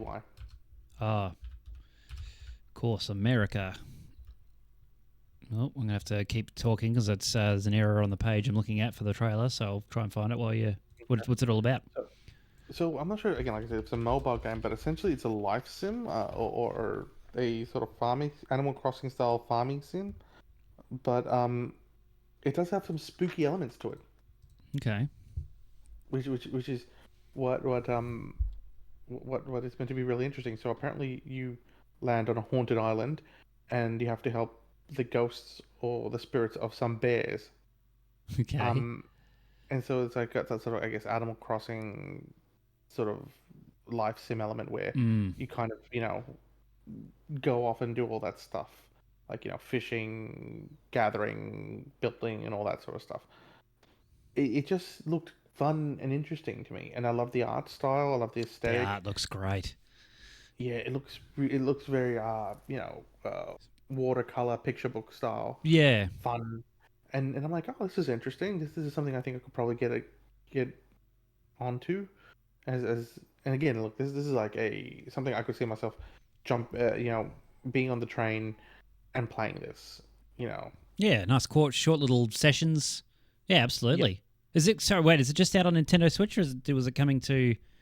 Apparently, oh, I'm surprised that you found it on Nintendo Switch because on the showcase it said for mobile games for Android and iPhones or Okay. iOS. Yeah. Well, Yeah, granted, so this this is this is odd. this is just a general search. I couldn't page I was on before. It's not loading it for some reason, but that says it's just a Switch trailer. But yeah, cool. It, Yeah, so is even that is better. that I out mean, now then, or is it coming out soon? Was that the? not sure, not sure. Mm. I think it was coming out. It might be coming out for I think the Android and everything else. Um, but yeah, no. Did you have another one? Because I Not think I saw. not from so I actually I didn't go through Day of the Devs, and because I think it was Day of Devs, and it was a Devolver Direct as well. I Yeah, just didn't have the time to run the, through those, the even when they Devolve came out. look Devolve Direct. I completely skipped. Um, no, the only other one I really the only other one I really sort of did kind of look at that I thought would be really fun. Well, two actually that would be really fun. One was Arranger. I think you're gonna really like this. Arranger. Oh, Ranger, role puzzling adventure, looks mind bending in a nice way. Let's Oh, this is gonna be fun. I can't wait for you to sort of hear your thoughts on this. okay. But it's a cool puzzler, but it's also an RPG. Ooh. Oh yeah. So yeah, Okay. Cool. you move through the world like I guess Tetris-y Yep. or no, not even Tetris-y. I don't even know what you would call that. But you're this character, and Huh. there is a story to this. Yeah. Um, and you kind of go out through the world, and it's told in the sort of comic book panels a story, and it's a role playing game. It just has a really puzzle aesthetic of sort of going through the world, and I thought like, wow, and something like this hasn't Just come around unique. in a long time. Yeah, Yeah. very unique.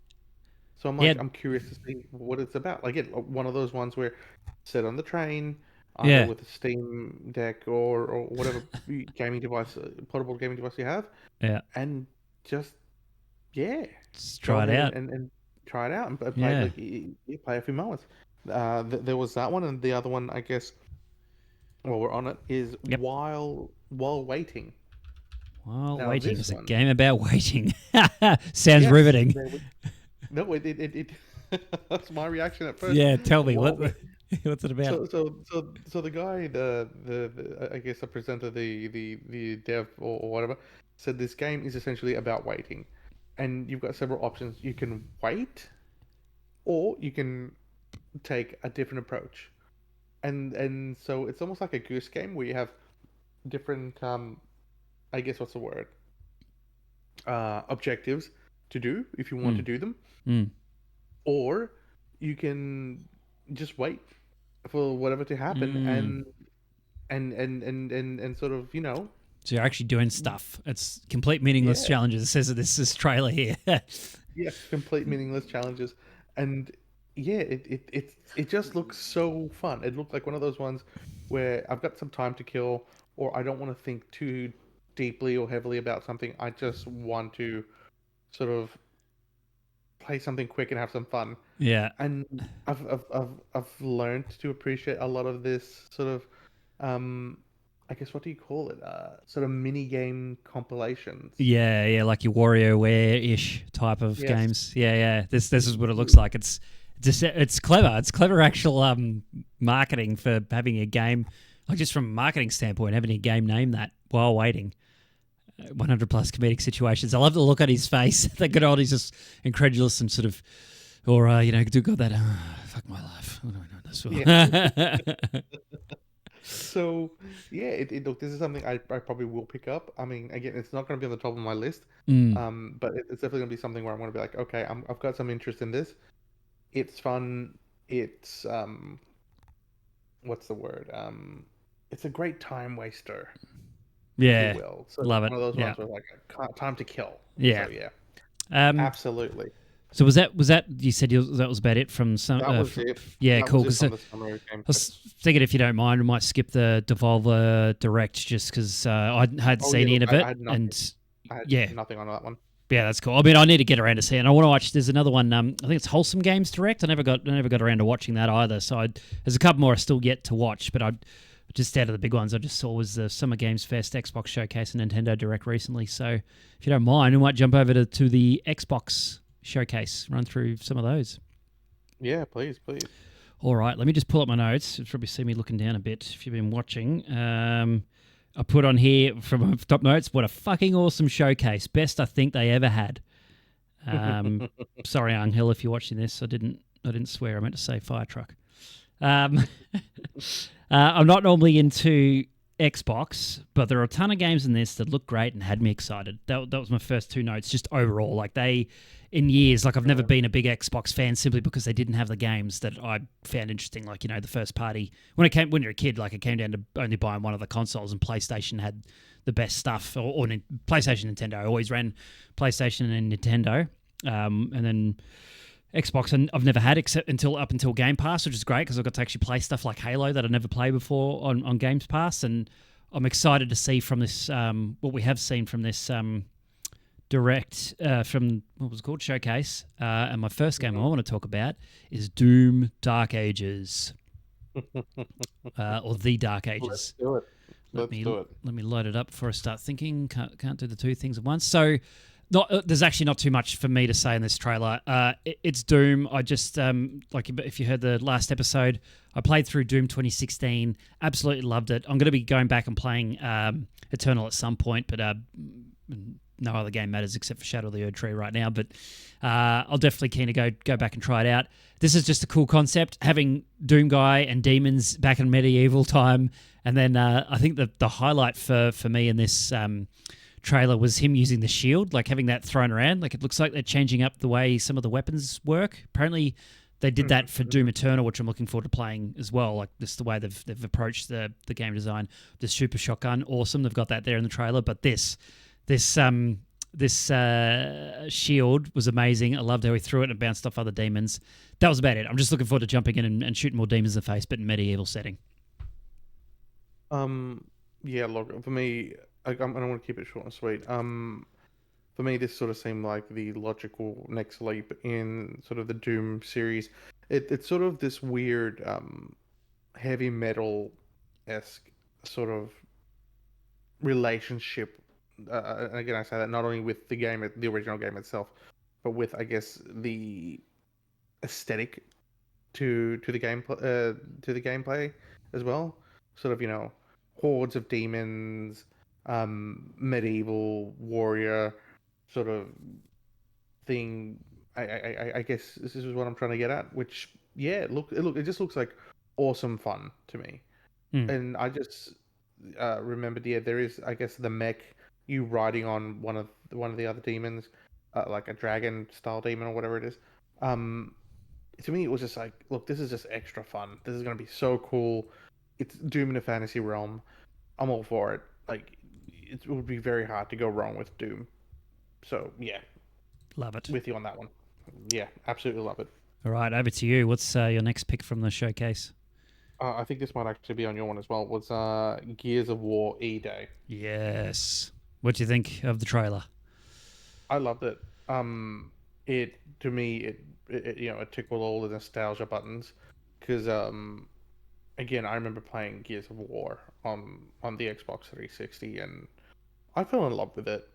It was, and because I played it with my brothers, I played with my siblings, and it was just this really cool fun. Like I said, with like Warhammer 40K, it's like you feel the weight of your character, and you kind of like just bust through everything, and the missions are so cool, and you're just like this real tanky character. you get to play like as an action hero. Mm. So it definitely scratches that itch, and you know to see I guess the prequel Mm. of everything particularly of Marcus Phoenix. And again, I haven't played the latest one. Um, so yeah, I Did you definitely want did you play to. 2 and 3? Yes. Yeah. Okay. Yeah. So you obviously, yeah, it'd be cool to go back and see the start of the hmm story. So I saw a friend play through 1 and 2. I think it was. I had my notes 2 and 3, but I think it was 1 and 2 because I live with my housemate had an Xbox, and I just sort of I've just casually watch him sit there at times, while I might be doing other stuff, coming and going, and sit down on the couch for a bit, and this looks pretty cool. And I did do, we had a few goes of that horde mode, when you're fighting the locusts and hmm just taking them as they're coming on. And I did enjoy the gameplay. I mean, of course, what do they call it? The chainsaw gun. Was it just the? Oh, I They have a forget. name It's for it, been don't they? years. They do. They Um, do.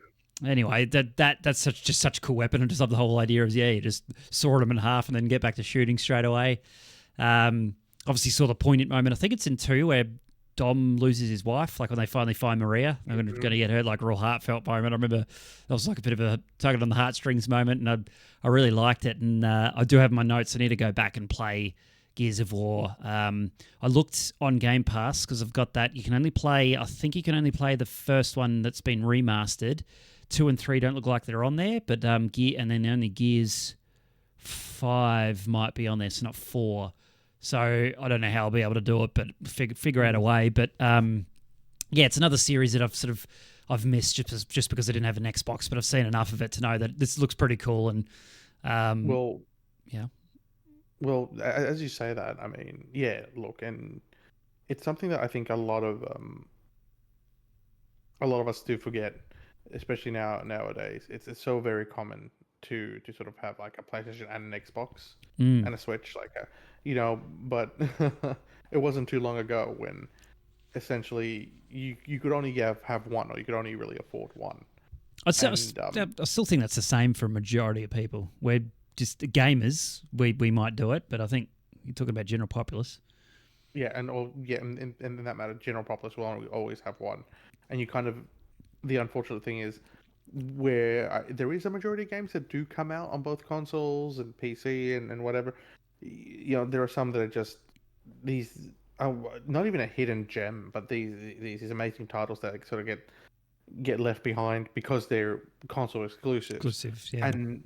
And look, I won through a work competition an Xbox 360, and Nice. yeah, it was one of those things that just gave me the opportunity to play Mm. Otherwise, you Gears may of not and have never touched yeah, them. I would have never touched Yeah. it. Like to be honest, I haven't touched the Halo series, Oh, yeah.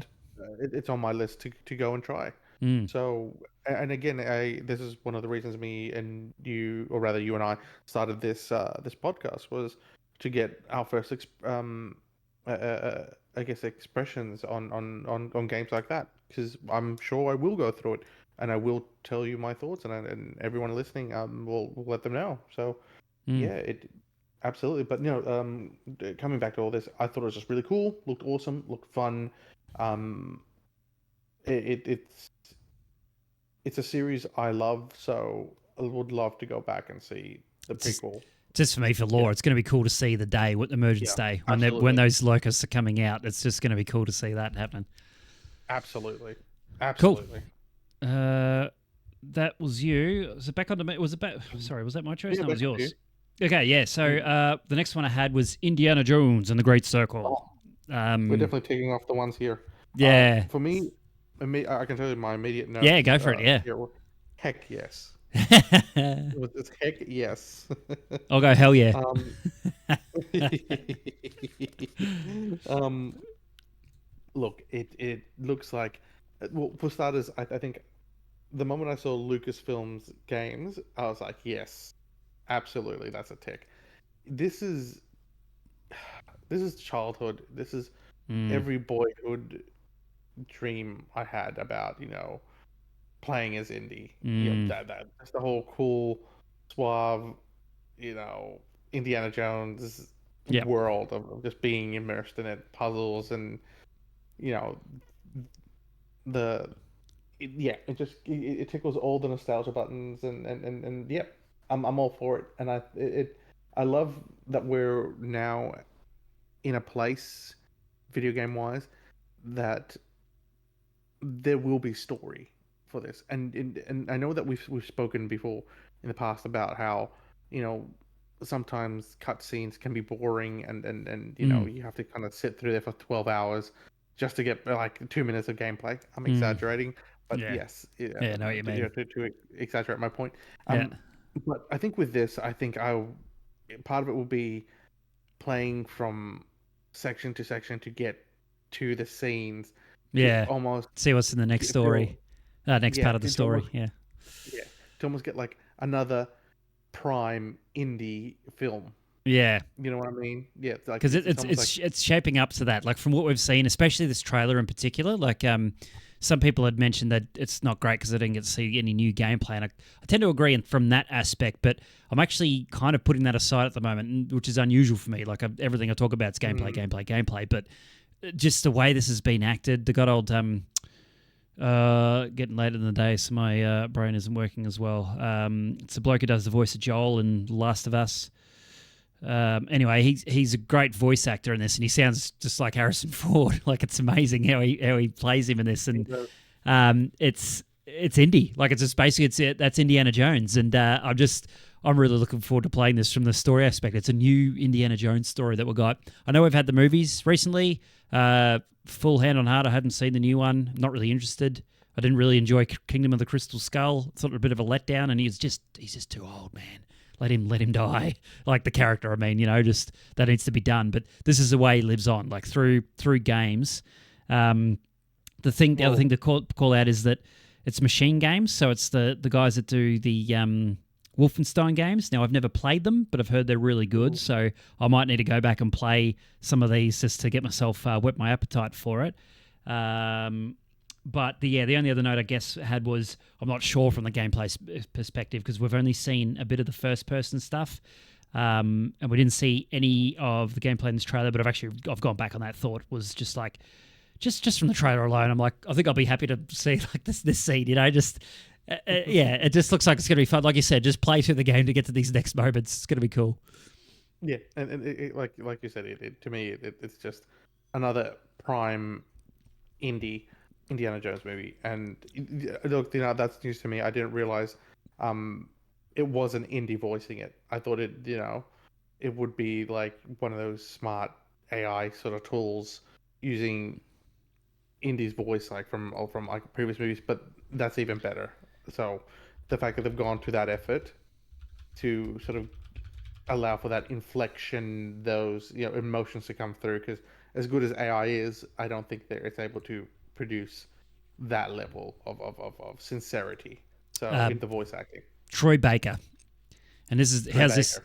how horrible is this? I've just went Joel T. Lau voice actor, and it popped up with old Pedro Pascal because it's so used to probably people searching up TV series like that's disgraceful. That is a Joel.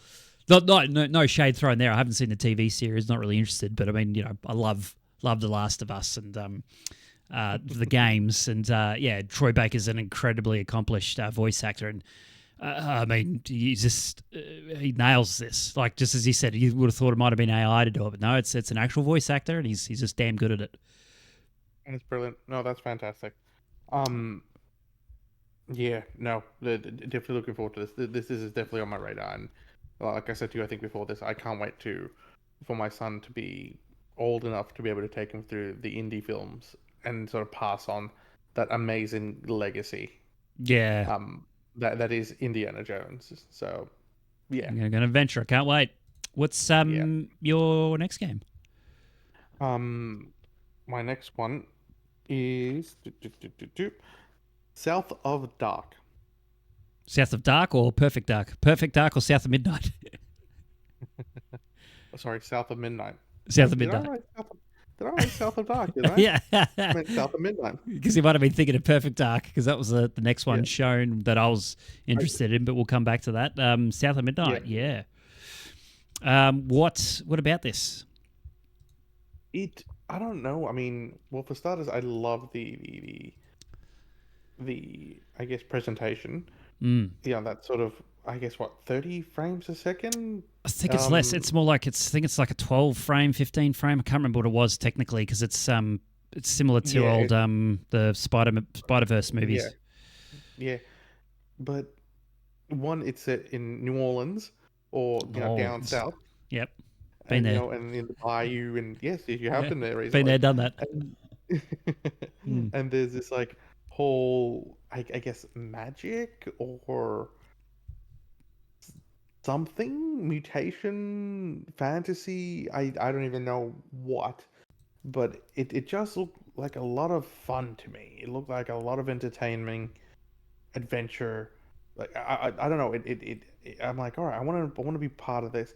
Look, the gameplay and everything isn't something necessarily new, and when I say that is, it seems like every sort of I guess how should I call it, recent adventure action title RPG. I don't even know what genre to call it. It's all blended This, in recently. yeah, Yeah, it like it's a sort of like what you would call um the what is it, the Horizon games, yeah, action um adventure.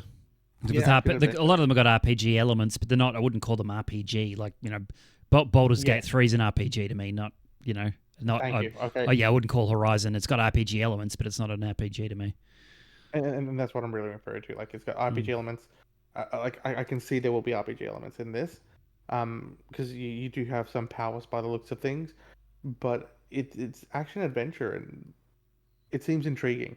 Yeah. And the main protagonist, she's I don't know, it like she seems to be interesting in a Mm. way. Mm.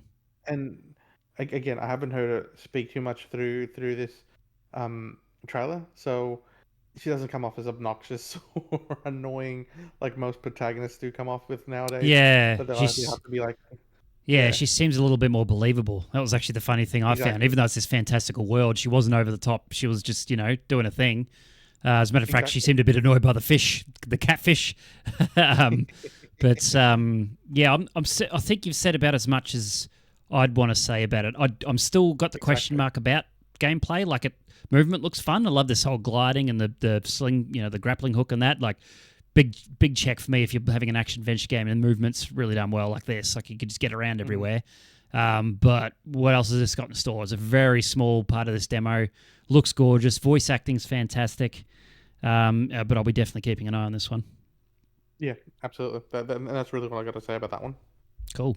Mine was, yeah, Perfect Dark. So this one, again, not similar to South of Midnight, not a heck of a lot to say. It is a CGI trailer. Like if you've noticed, it wasn't Hmm. gameplay. It was sort of scripted and crafted. Well, this is in-game footage and cinematics. I press X to doubt on this one.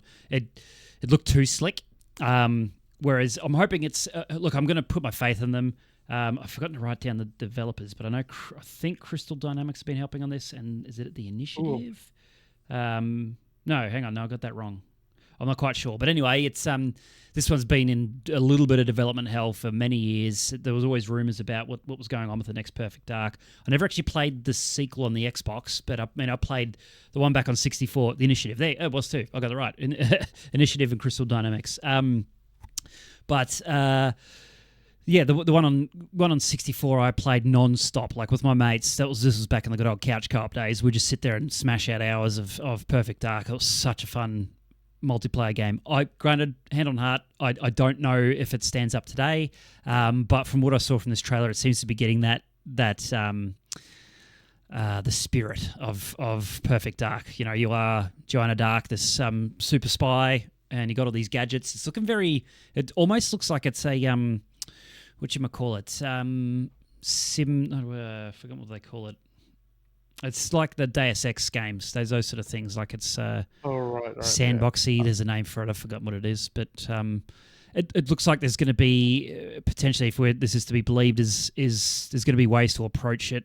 I know it almost seems like a given in a lot of these modern type of games, but I mean, she's doing some parkour here. She's hacking terminals. I like getting options around things. Like I like stealth, Agreed. so I'd probably do the stealth way approach, and if I could do that in this game, awesome, let's do it. And it's just it was a bit of a wow trailer, but as some others have pointed out, it looks very well crafted, and I'm a little bit skeptical if this is actually legit gameplay. But yeah, hopefully we see more from this soon. No, well said, well said. Look, I have no history with the Perfect Dark series. I know of them. I saw this and I'm like, to me, it sort of brings out sort of Shadow of the Tomb Raider style, sort of whatever you call that, what semi-open world, open world, Mm. style games like you said, Deus Ex style gameplay. Which Yep. again, I think I'll look. It'll be plenty fun, absolutely. Because for me, I guess my perfect dark was Splinter Cell. Mm. So it was like Sam Fisher and stuff. So yeah, no, look, I think this will be some one to look out for. So it's definitely on my radar. Um, Again, I just don't have that history with it. Yeah. Um, but it does look fun. So Mm. that's really all I can say for this. Yeah, fair enough. Stay tuned, I guess. Yeah. What's the next one on your list? I was going to talk about State of Decay, but really and I'm gonna skip that one. Okay. Talk about Claire Obscure. Claire Obscure. Was this Claire in the... Obscure. Yeah, I think it was the I don't remember this. Claire Obscure something 33. Was it in the Xbox showcase? Oh, please tell me it was. I don't recall. I could be wrong. I'm just... Oh, here we go. You mean Expedition 33? Expedition 33. Oh, Interactive's Claire Obscure Expedition. Yeah, okay, I see what you mean. Yeah, God, that's a my first observation. Dumb name for a video game. What the hell is that? I know it's unique, but it sounds so bad. It just yeah. And yeah, like I said, if we get time. There is one I did want to have a bit of a call out to that was really funny, but only if we get time. So this one, I saw it and I'm like, oh, what's this about? This is gonna be kind of boring. But the more I watched the story, the more it gave me vibes of what I would call a Euro RPG, sort of like a JRPG, but more in a Euro aesthetic. So essentially, what it is there is this character called the Painter, and every year she paints a number, and every person in the world who is that number, who's like that age, disappears from the world. Oh, so it's an age. This is the number. Yeah. Okay. Yep. And like at first I'm like, oh, this is gonna be one of those weird games where it's just like heady and arty and full of itself. Yeah. Yeah. But then like there was more to it about it's kind of like a turn-based RPG. So like oh, really? RPG. So yeah, because I'm like, what is this? Huh. And then because I'm like, oh, it's gonna be like action adventure. You set out, and then like, no, here you go. Oh, I did see this on screen. Yeah. Yeah. Yep. And you've got multiple. And I'm like, oh, okay, this actually might pique my interest. Yeah. So it kind of gives to me, not that I've played the latest Final Fantasy. What was it? That latest one. But it kind of gives me that sort of vibe where it's got this amazing visuals, but you do get that turn-based aspect. And you know what? Sometimes when I am feeling lazy, turn-based isn't too bad because you can just go, right, I'll do one attack and then I got 3 other characters that will do their attacks or whatever. But yeah, it seems interesting to me. It seems very unique in its premise. Yeah. So different. So something different, something to look out for, something that I'm going to definitely put on my list to keep an eye on, because I want to know about its story. Its story seems very, very peculiar. Yeah. Didn't give a lot of weight. No. No. I think I need to absorb this one a bit more because I'm a bit like you now. I'm a bit Mm. like this seems a bit heady and weird. Like we talk Yes. about, I talk about I'm a bit contradictory when I say I want some weird games or something a bit different. But if you're too obscure, I can get a bit like it's almost like weird French foreign films where it's like this is just garbage. You're just being too up yourself. Yeah. Not that it's Yeah. babies, but yeah, I need to see more on that before I go any further. The trailer is just weird, but the Yeah. gameplay 'Cause looks different and interesting. yeah, the gameplay looks fantastic. I mean, like I said, the trailer at first, I'm like, oh, it's just going to be one of those weird sort of, games where the protagonist suffers something. There's some weird thing happening in the world, um, and then that's it. It's like and I'm like, oh, it'd be cool, it'd be fun, I guess. But and then I saw the turnbacks, and that really reeled me in. But also, the more I saw of this world, I'm like, I want to find out about it. And also the character that they call the painter, Mm, and why is everything so warped? mm, So it's pulled me in. It's like, okay, what have you got going on? What mm. is this? Yep. So it is weird, but it's piqued my curiosity. Yep. That'd be interesting to hear about it when it's out. It's 2025 for that release date. Yeah. So the next one I had, which is I'm going to again sound like I'm contradicting myself about wanting some new and interesting stuff. I'm going for the tried and true formula game, Assassin's Creed Shadows. So I I really liked. So this is probably a good one to show that this trailer. This is just this Mm. sort of the cinematic trailer, but I watched the gameplay demonstration after this, and it got me interested initially. Again, the buy-in for me was feudal Japan. I just recently, well, not long ago, finished Ghost of Tsushima. Absolutely love the game, and people will go on about that being like Assassin's Creed but good, which is a bit of a knock to the Assassin's Creed stuff, but I kind of get what they mean. Assassin's Creed's sort of gone into a formula over the years. It works, obviously. It sells really well, but it isn't very innovative, and kind of, after you've played 20, 30 hours of it, you just kind of, it's a bit of rinse and repeat sort of stuff. The thing that I like, not necessarily about this trailer, like it's just Assassin's Creed, whatever, but it was the gameplay demonstration I saw with I think it's Naoe is the female protagonist. Her gameplay looked awesome. Like the stealth thing, they've done things like using the shadows and putting out light to help you hide yourself away. All the stealth elements that they've upped in the gameplay looks like they've actually done some work on it. There's like even one scene where she's going to need to assassinate someone, and he's like on the other side of this pond. She goes underneath the water and uses a reed to breathe. And it's like that was apparently in gameplay sort of a shot. It looked like it. And she popped out and killed the bloke and then took off again. And just all of the gadgets and whatnot they showed in that just really got me interested. Of course, you got the Black Samurai as well. He's more of the brute sort of a character, and that might be interesting. Well, it doesn't interest me as much. I'm kind of hoping in the game they don't like force you to play the other character at some point. I'm hoping you just pick one because I just want to go her and go stealth because it looks really cool, the stealth side of things and what they've done with it. It's also meant to be shorter. So the last Assassin's Creed I played was Valhalla, and I fell off after about 30 hours in when I started looking at how much I had to do. It's a mammoth game. I think it took me something like 10 hours to get out of the tutorial area. It was just ridiculous. Wow. 10 hours. Wow. Yeah, it's the longest tutorial I've ever played in a game. Like it's not, boring. But you're sort of like in an area where they're slowly introducing you to the mechanics and the characters and the world and what's going on, and then you finally eventually set sail, and then it becomes open world. Like I'm getting off topic, but you're basically in this open world area, but it's small, it's big, very big, but it's like I can't just go, okay, I want to go over to England now and do my thing because you're actually still in Scandinavia somewhere. And then you eventually get over to England, and then that's when the actual game starts, and then it's proper open world and you can go wherever.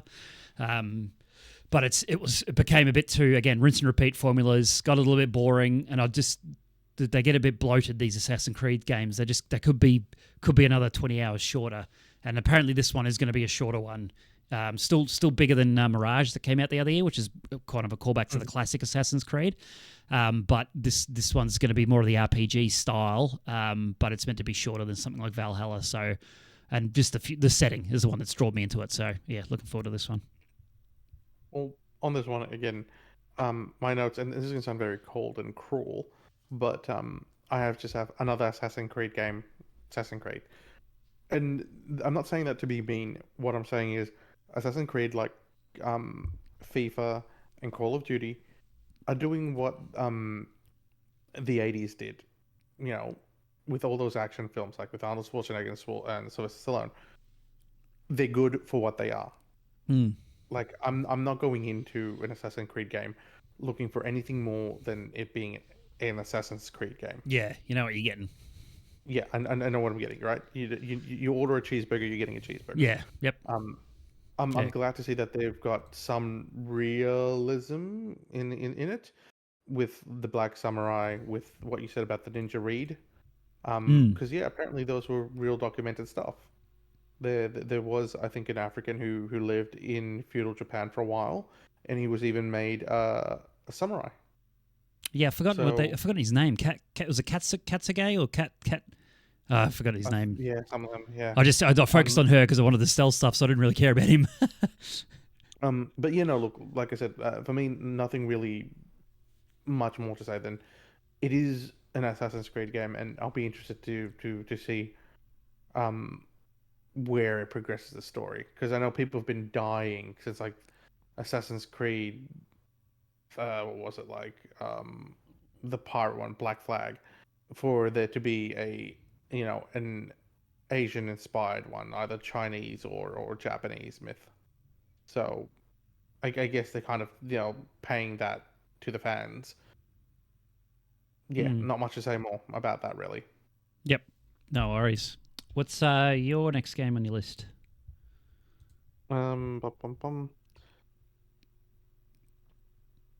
Winter Burrow. Winter Burrow. Yeah, what's it all about? So Winter Burrow is one of these ones where, again, it looks like to me a farming sim style game, but very fun, lighthearted, with interesting story elements. Oh yeah, I did see this trailer. Yeah, this looks cool. Yeah, it does, doesn't it? You're this city mouse who heads back to her, childhood home, and kind of starts repairing it up. Yep. And she's trying to find out what's happened to it, and along with that, sort of make her immediate area a lot better and repair it. So I like the fact that it's just one of these cute little, I guess, farming lifestyle sims that you want to call them. And yeah, that like I've always enjoyed those. I've always really enjoyed those style of games, because you literally you can sit back and just relax and kind of play through it. It's not high energy. It's not something that you need to be tense or something. At the end of a busy day, you can just be like, right, I'm gonna play for this for a couple of minutes. Yeah, the good chill game, which is what I've talked about with you. I think I've wanted something like that. I've been reverting back to an old game I used to play, but this does look like that right up my alley, which I'm probably going to add to my. I didn't actually have it on my list, but I should actually add it on there, because it's that, and another one to watch is probably that Wholesome Games Direct, because it's all those chill sort of games. Just to have that, chuck it on, turn off the brain, just relax before heading to bed, or just having that moment to chill. And you said it. I mean, it's because look, I play Minecraft, and Minecraft's it's great and fantastic, and you get those chill elements, but there's no story. You're kind of just doing tasks. I still need something to drive that. You're right. We've talked about this. Like I do need. Well, I guess No, I was about to say. Yeah, well, I was going to say the game that I play, it's called Locomotion. You don't have a goal, but then I thought, no, you actually do have a goal. I usually do play towards goals in that, which is trying to become the best transport empire. So there is kind of a goal there, but yeah. Yeah, and this has like a story element to it. I'm like, you know what? Yeah, even if the story is somewhat lighthearted or light on it, fantastic. I'll quickly switch back to one that I did want to talk about. Yeah, because I've already got notes. Atomfall. Ah, yes, that was next on my list. So let's do it. Brilliant. Yeah. Oh, fantastic. All right. So my notes on this, and I'm not being cruel, is British Fallout. Yeah, that's exactly. Yeah, I mean, I was going to say I think alike, but I think a lot of people thought of that when they saw this trailer. It very much had the vibes of Fallout, but in Great Britain. And I don't know. I've read I actually wrote down. Oh no, that was for a different game. I'll take that back. There was a podcast I was listening to this week. I can't remember. It was either Giant Bomb or Kind of Funny, and I don't think it's actually going to be quite like a Fallout. I think the trailer gave the impression that it was, but it sounds like it's going to be almost a mini version of that and more focused on some sort of mystery narrative sort of elements in it. So I don't know. Looking at the trailer, it looks like Fallout to me, but yeah, it'd be interesting to see what we need more information on this game, I think. Yeah, no, it did, but it did pique my interest. Like I can see myself sort of playing this, but like you said, I kind of need a bit more information on this. It looks gorgeous, it's just, though. It does. It's just one of those ones where I'm like, excuse me, it's like, oh, okay, yeah. So please more, more info, please, sir. Can I have some more? That's exactly right. More info. I'll probably pick it up, to be honest. I mean, again, the reason it wasn't on my list directly is because, 2025, it's going to come out. I probably will pick it up. And yeah, I had nothing had more to say than British Fallout. The same as Stalker's Russian Fallout, really. Russian, yeah, fair enough. Well, the next one I've got on my list was oh yes. Oh man, you should know this coming. One of my favorite game series of all time is Metal Gear Solid. It's funny you talk about the 12-hour cutscenes and the 2 minutes of gameplay thing. This series is notorious for that. This game in particular, though, I think they balanced it pretty well. Like most of the Metal Gear games balance the cutscenes and the story bits with the gameplay pretty well. It was only Metal Gear Solid 4, which is just an abomination. But yeah, this is a classic. This is a story of Big Boss. It's a remake of the Metal Gear Solid 3 Snake Eater, and it's just nostalgia, pure nostalgia for me. They're obviously using the same voice lines, like they got David Hayter. I don't know. I can't remember if they may have said that they recorded new lines for it, which would be pretty cool to have them do some, maybe they used all of them. Maybe it was just David Hayter coming back into his role. But I absolutely love this game. This one's probably in my top 5 games of all time. So I'm so thrilled that they're remaking this, and it looks. After the initial trailer, I think it might have been last year at the Game Awards. It wasn't that long ago. It was like, cool, got to see more. Now I've seen more. This looks like a faithful remake, so I'm really excited. Apparently, people have already pulled this apart from the trailer because this is the one I looked in afterwards about some of the analysis. Looks like they've added some quality of life features like around the camera and whatnot. So it's like the best of the game plus some of the improvements that they've made with modern games. So I cannot wait to play this game.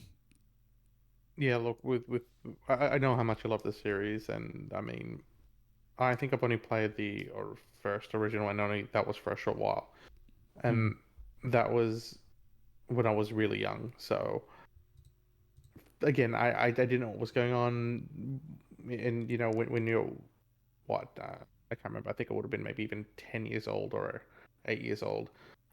So like you don't get a lot from it. It's just cool. This is just a cool action game. Yeah. But sorry. The reason I say that is, would you say that this would now be the more definitive way to play the series now with all these HD remakes, or do you think there is reason to go back to the originals? I heard the collection was pretty good. I think there was actually a lot of performance issues on the PC version, so maybe not yet. You'd have to check in on that. I'm not sure because if I'm honest, I haven't been back to. I mean, this game definitely is one to play, but in terms of like the original Metal Gear Solid, I actually preferred this. I'm probably against the grain here. I preferred Twin Snakes, which was they remastered the game using Metal Gear Solid 2's engine for the GameCube only. It was a really weird. I need to probably go back and have a look at the history of that because really weird that Konami had been in with PlayStation for the deals for the initially Metal Gear Solid was just a PlayStation thing. They eventually obviously came to Xbox and whatnot, but they had this weird period. I think it must have been after Metal Gear Solid 2, maybe around Metal Gear Solid 3. They released this standalone game which was called Twin Snakes, which is the original game remade, but in Metal Gear Solid's 2 engine. So you had things like look in first-person mode. You couldn't do that in the original Metal Gear Solid. You had that fixed camera position sort of going on, and So it broke kind of the gameplay. That's what people complained about it, is that it broke some of the gameplay of the original game.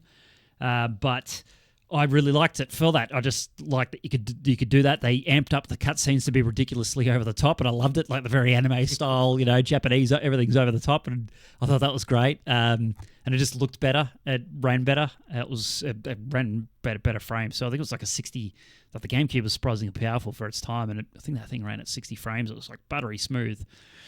But going back to your point, I don't know. Maybe the collection is to play through. I haven't gone back. I haven't had the urge to go back. The only game I go back to from the series is 5, just because it's more modern, it's open. It's, to me, almost like the realized version of Metal Gear, whereas like I talked before about Perfect Dark, it's like, here's your mission, go in there and approach it in any way you want. Like, great, here's a bunch of cool gadgets to try and do it. And that's what I've loved about it. Thinking about going back to one of these games was a bit like, there's a lot of story. I mean, I played these to death. I played them over and over again, so I'm familiar with them, and I don't really feel the urge to go back and play through those very narrow, linear focus sort of games. But having said that, with this being a remake, hell yeah, this is definitely going to be the definitive way to play it. If you're new to the series and want to go back and play them, I guess the collections are good to go, but I'd almost play this and wait and see what Konami do. If they decide to remake the first game and the second game like they've done here, I'd wait for those, because my bet is they wouldn't really have aged that well. No, brilliant. Look, and I hope so. I hope that this does get a lot of sales, or at least they get brilliant feedback. This will be hotcakes. That would be awesome. Yeah, this will be absolute hotcakes. No, absolutely. Look, with this, I literally, I think I've got one word review: awesome. Because for Metal Gear, freaking awesome. Yeah. Yeah, that's great. I saw it and I'm like, yep, yeah. I don't know. It just immediately says to me, play me. Yeah, just looks like fun. They nailed the trailer. Yeah. Cool. What's your next one? The next one before we jump into Nintendo for me is mixtape. Yay! I had the same one as you. But that's my boy.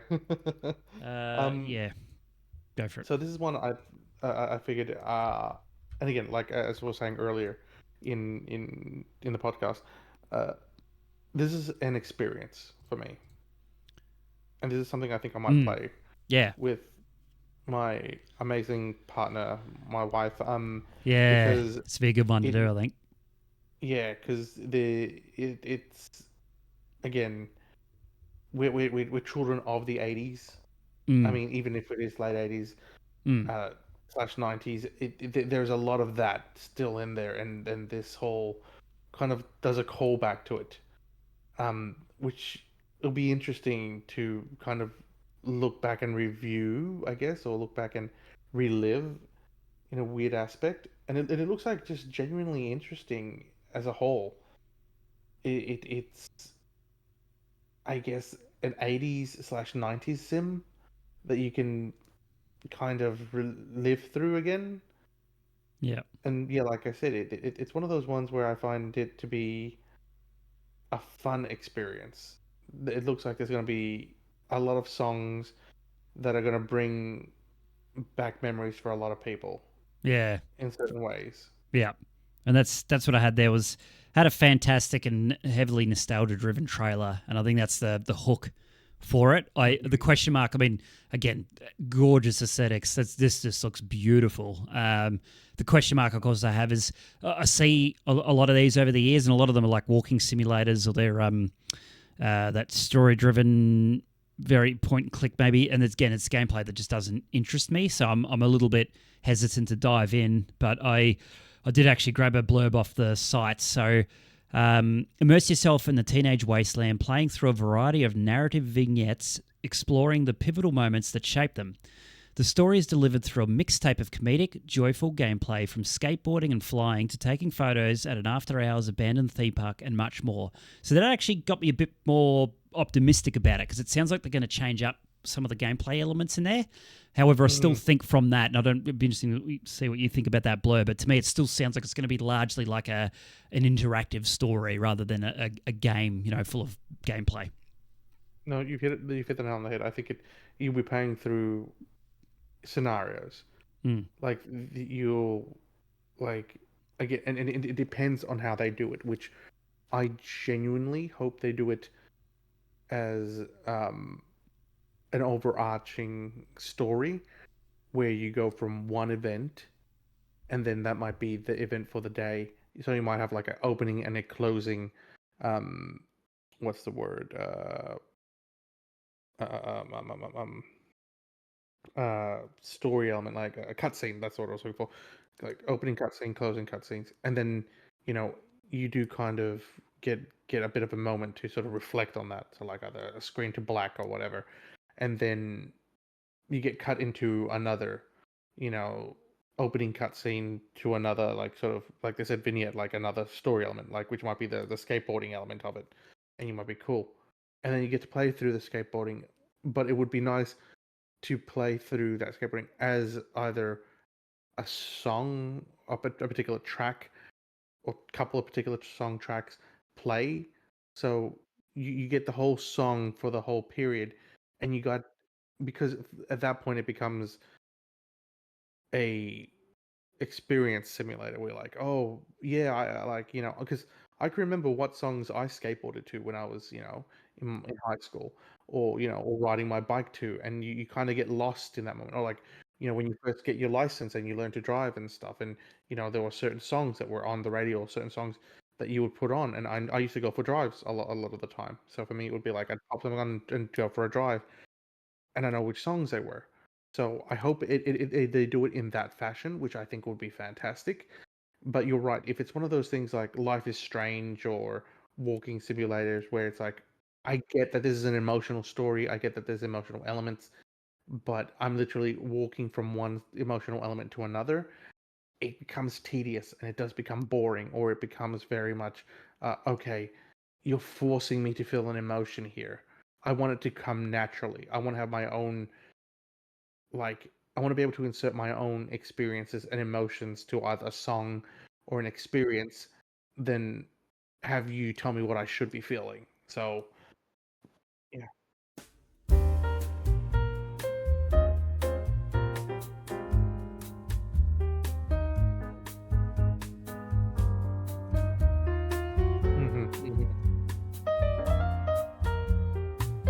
Hmm. No, no, you said it because you experienced them. You grew with these characters, and you weren't forced to feel it. It was like this is natural. This is, yeah, absolutely agree with you on that, 110%. But yeah, me too. Yeah.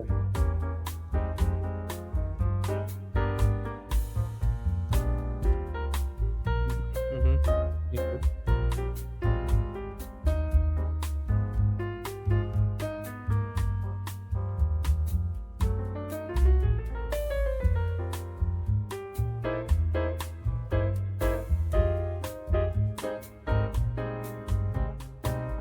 Look, Dragon Age to me, I put it in again, a couple of sentences.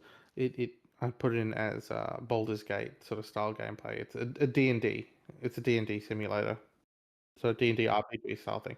Which yeah, look, you know what? Might be fun, might be great. Um, and again, nothing against it. In fact, I'll probably pick it up. But it is, sort of that genre, and that's it. So you know what I mean? It instead of actually playing D&D, you're playing D&D the video game, if as it were. Hey, it's AJ here, just letting you know that I'm not going to do any more edits on this. There was a long portion of time there where I didn't realize I was muted. Basically, what I was saying here is that Luigi's Mansion 2, I'm really looking forward to seeing. Loved Luigi's Mansion 3. It's kind of Zelda like in terms of the moment to moment gameplay. Really looking forward to this one, but I'll pass it back on to Ivan for his thoughts. And then I finally realised what I've done, being a dingus, and muted myself for the entire portion, but then finally unmuted to speak again. So back on with the podcast. Brilliant. With me, yeah, like I said, look, to be honest, my first ever Luigi Mansion game was Luigi Mansions 3. And I played that with my son, and he absolutely enjoyed it. I mean, it's not that I've got something against Mario, but I don't like Mario. the I mean the character, the character. Look, no, I'll say it loud and proud. I'm a Sonic boy, so that's what it is. um, but Luigi, I've always found to be an interesting character. Um, and I remember the first Luigi's Mansion coming out. I remember when that came out, and I was just it looked so cool. It looked so unique. I'm like, oh wow, holy cow, what's this? And so now that two is coming out like to console, I think it was only a Game Boy. Oh no, they don't call it Game Boys anymore. They call them DS. I think it was a DS release. And so and sort of my son sort of been like, "Oh, Dad, can you believe it? Number two's coming out. Can we play it one day? Can you play? Get me number one? Can I play that one day?" And to see that it sort of has a bit of those quality of life changes from three added into this. Yeah, look, I like you said, this is definitely up my alley. This is something I'll probably play with him, um, or have him play because he sort of mentioned. Or rather, I should mention there's no Guigi, which when we played three, we played through together, him as Luigi and me as Luigi. So, um, but yeah, no, look, they definitely have a very invested interest in this, and I hope one comes to the Switch because honestly, I loved three, and regardless if this is like three or not, it doesn't matter to me. This is like I said, I have more of an interest in playing through the series now because I love the fact that I'm not playing one as Mario and I'm playing as a different character in this amazing world I just of, realized of like Mario. I was muted for I don't know how long there on Discord, so I might have to go back and re-record some audio or something like that. But I'll figure something out. But yeah, no, that's it. I think they didn't too. Like from what Nintendo, from I understand, just following Nintendo's business practice, they probably had I've forgotten the name of the developer for this, but they probably had them pitch like, hey, not as many people would have seen two because it was on the DS. Three sold really well. It has sold really well. Can we just do a HD release, bring it through? So that's probably something that Nintendo approved because it is Nintendo published, of course. The first one I'm not so sure because that was a console release. Maybe I'd be hopeful as well that they do that, but I think it's more likely that we'll get a Luigi's Mansion 4, especially after the success of 3.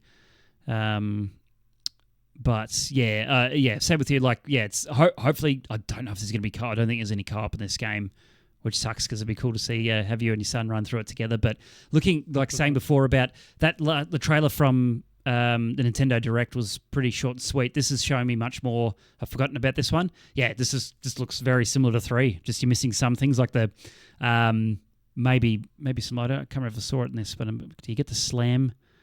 Slam looks like they just suck them up. Yeah, because that's one thing I loved was in 3 where you get to grab them and slam them, throw them around. That was so much fun. Which I think they said was like one of the new features of the 3. But even that being said, look, I mean, sucking them up as opposed to slamming them, as cathartic as slamming them is, again, still for the sake of what it is. It doesn't throw me if we don't get to slam them. Like you said, it's right up our alleys for this one. Yeah, it looks fun. Yeah, absolutely. I might do my second one because you've got more to throw with yours, and I think this is going to be an obvious one. You could probably pull this out. It's Legend of Zelda: Echoes of Wisdom.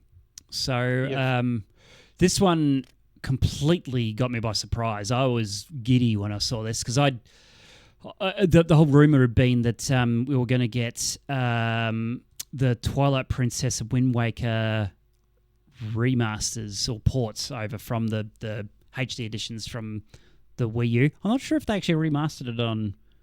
Yeah, I think they did on Wii U. I know definitely Wind Waker was done, but anyway, Yeah, okay, yeah. So Nintendo did make a big song and dance about it a while ago that they're trying to do a Zelda release every year. I think they've skipped 1 year since they've said that. So the question mark was then what was going to happen this year, and it was probably I was aiming up for those ports because we're going to have the Switch successor coming out probably next year. When you're in that aging system, chuck out those, that'll do, keep people happy, yada yada yada, and focus on the next game. And obviously the next big Zelda, the big 3D one, like the Tears of the Kingdom style, will probably be another 4 years away from now. So what do you do filling that out between? Well, this popped up and like absolutely blew me away.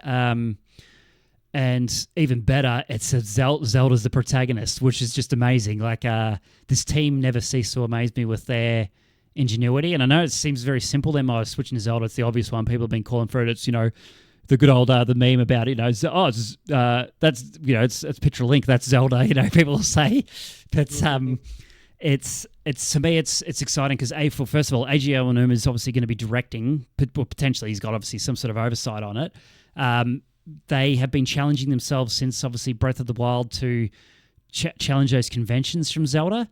They've obviously put their faith in, which I believe this is going to be Grezzo developing this, which are the guys that did the Link's Awakening remake in this style.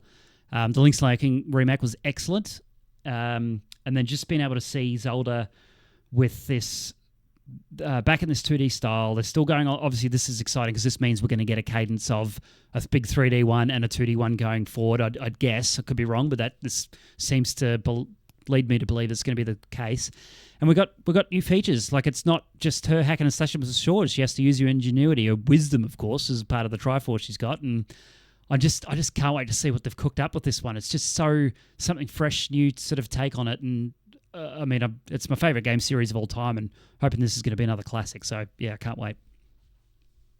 No, look, I agree with you. I agree. This is awesome. This is a different take. Somebody on the internet, again, had had changed the title slightly and made it. You know what? They should correct the title to Legend of Link. Yeah, Legend of Link: Echoes of Wisdom, absolutely. But look, I'm definitely looking forward to this. I think it looks awesome. It looks so much fun. It looks really, really. There's such a clever way to solve everything as opposed to Link's brute force. But from a story aspect, and I've always enjoyed story things, and I know Legend of Zelda tends to be somewhat light on that. In regards to other, I guess, series and stuff, is the fact that we finally get to see what sort of Zelda's doing, while I can only imagine that Link's off in whatever dimension he's been taken to, searching for Ganon in his own way. Like he's still having his own Link adventure, but this is sort of for once we get, Zelda's aspect. Like, is she gonna make her way to where Link is and then help him out, like in the final battle with her light bow or whatever the case may be? Like it's just great fun. And what I would love to see, what I think would be really cool, is the other side of it. Like if they do this release, what if they do another release in the same I guess game style and everything, telling Link's side of the story.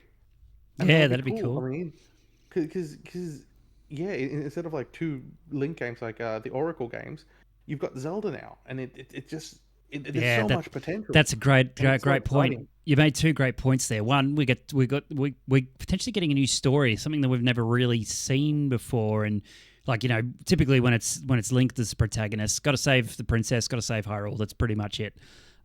This is a bit different. Like obviously, maybe it is just got to save Link, got to save Hyrule, but this opens it up to potentially something else because they are breaking convention with having Zelda as a protagonist and then having this different style of gameplay.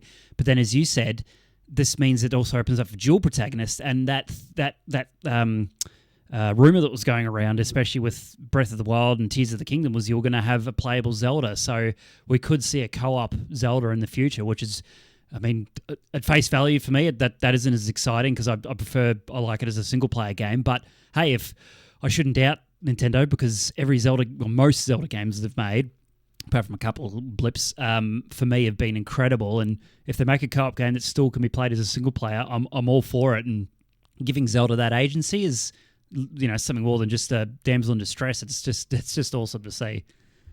Yeah, but like you said it, and you know what? It would be awesome to see. Even you play a few sections as Link, play a few sections as Zelda, Yeah. sort of thing. Or you can, Yeah, I mean, you can already do that. This is so Spirit Tracks, and oh, do you play? Yeah, there you Spirit go. Tracks. You play as Zelda in it, or sort of. Yeah. Because I mean, yeah, it's such a great world to have these stories, and you're right, they're breaking convention. So yeah, like I said, my only gripe with it should definitely be called Legend of Link. Yeah. Legend of Lonk. Legend of Zoldo's Link. save Zoldo. That's all for me with the stuff I saw from the Nintendo Direct. What did you have on your list? Brilliant, brilliant. Yeah, no, you definitely touched on two of mine. The first one I saw was Mio on my Mio. Oh yeah. Is it something in Memories in Orbit?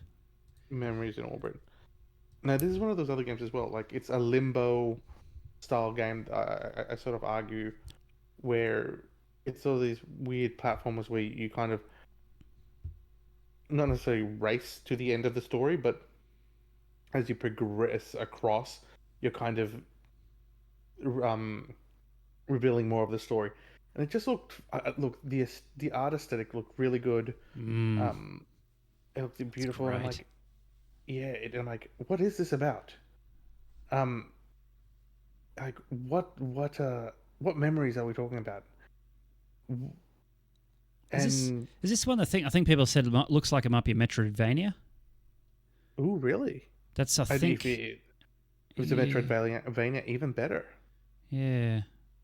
It's kind of that does this combat, jumping around, platforming. It kind of. I mean, I don't see any items, but it's maybe. Yeah, I don't know. Yeah, It looks great. Like the movement looks fantastic. yeah, Look at it's a that. yeah, such a fun platformer. So I mean, Yeah. I'd be curious to see, what else it has in store. Because like for me, it was like, oh, okay, yep, definitely liking this. Love the little character designs, Mm. and yeah, Yeah, it looks gorgeous. yeah. Again, not much to say more about that, but Yep. like again, at face value, definitely a fun little platformer with an intriguing premise. Yeah. Um, the other one I did have was ah, Hello Kitty Dream I Island. was about to say that's a joke. That's awesome. All right, tell me about it. What did you like about this one? So again, with my stunning and amazing partner, Ah, she's actually a huge Hello Kitty fan. no way. Yes, Oh, so like I'm when she went totally to gonna. Japan, I'm gonna rub that in next time I see she her. she went like, to the Sanrio. So when she went to Japan, she actually went to the actual Sanrio. I think it's not a factory, is it? It's a like theme park factory thing. And so the other thing as well about this is I thought, okay, this has a lot of Animal Crossing sort of elements to it. Yeah, does have that vibe, doesn't it? Oh, because yeah, you basically get a new person there, and you get to meet all these famous characters and sort of help them out and do little things. Mm. So I'm like, you know what? This actually looks like a lot of fun. Like it genuinely looks like a lot of fun. I can Um, swim. yeah. And I'm like, all right, this is really cool. It's really cute. It's got so much fun to it, and like again, because I still have to pick up the Animal Crossing series. Mm. Um, it's one that's been on my radar since like forever. Yeah. I just haven't really sort of gone, yep, I'm gonna make this That purchase because I'll see something else come out and be like, yep, I'll get that instead. that's Um, yeah. Just side note that I do recommend that for you and the family. It's a good cozy game for that stuff. Wasn't for me because I just got bored in the end of just not doing much. But I think it's a great one for play with the family. yeah, well, so I sort of asked her, I said, would this be something you'd be interested in? Would you play through this? Because Mm. I go, look, it's basically Animal Crossing but with Hello Kitty. Mm. And she's like, as much as it's cute as it is, she goes, nah. Like the whole Animal Crossing stuff, she goes, no, I've got no interest. It's Yeah. just too tedious. I'm like, Yep. I get it. I get it.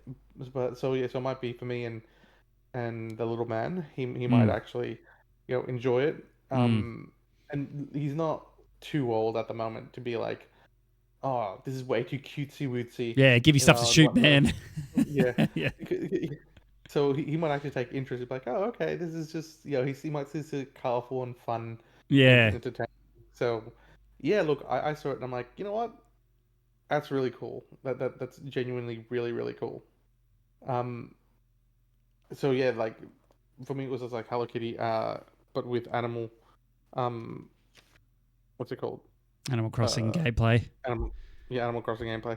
Yeah. Cool. The next one I have, yeah, the next one I have.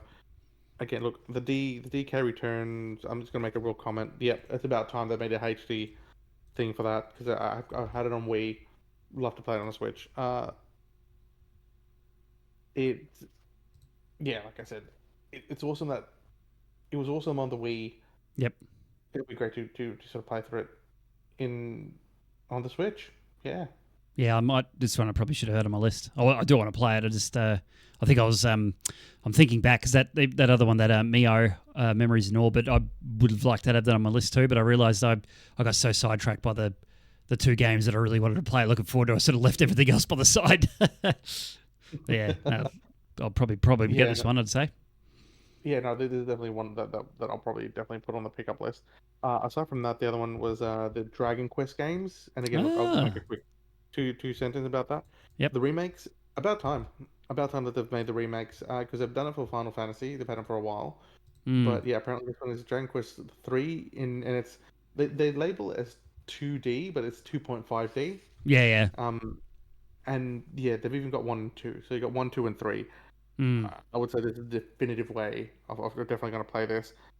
Again, I've played through, I think, Dragon Quest Builders, Mm. but yeah, I would love to play it through these games like this.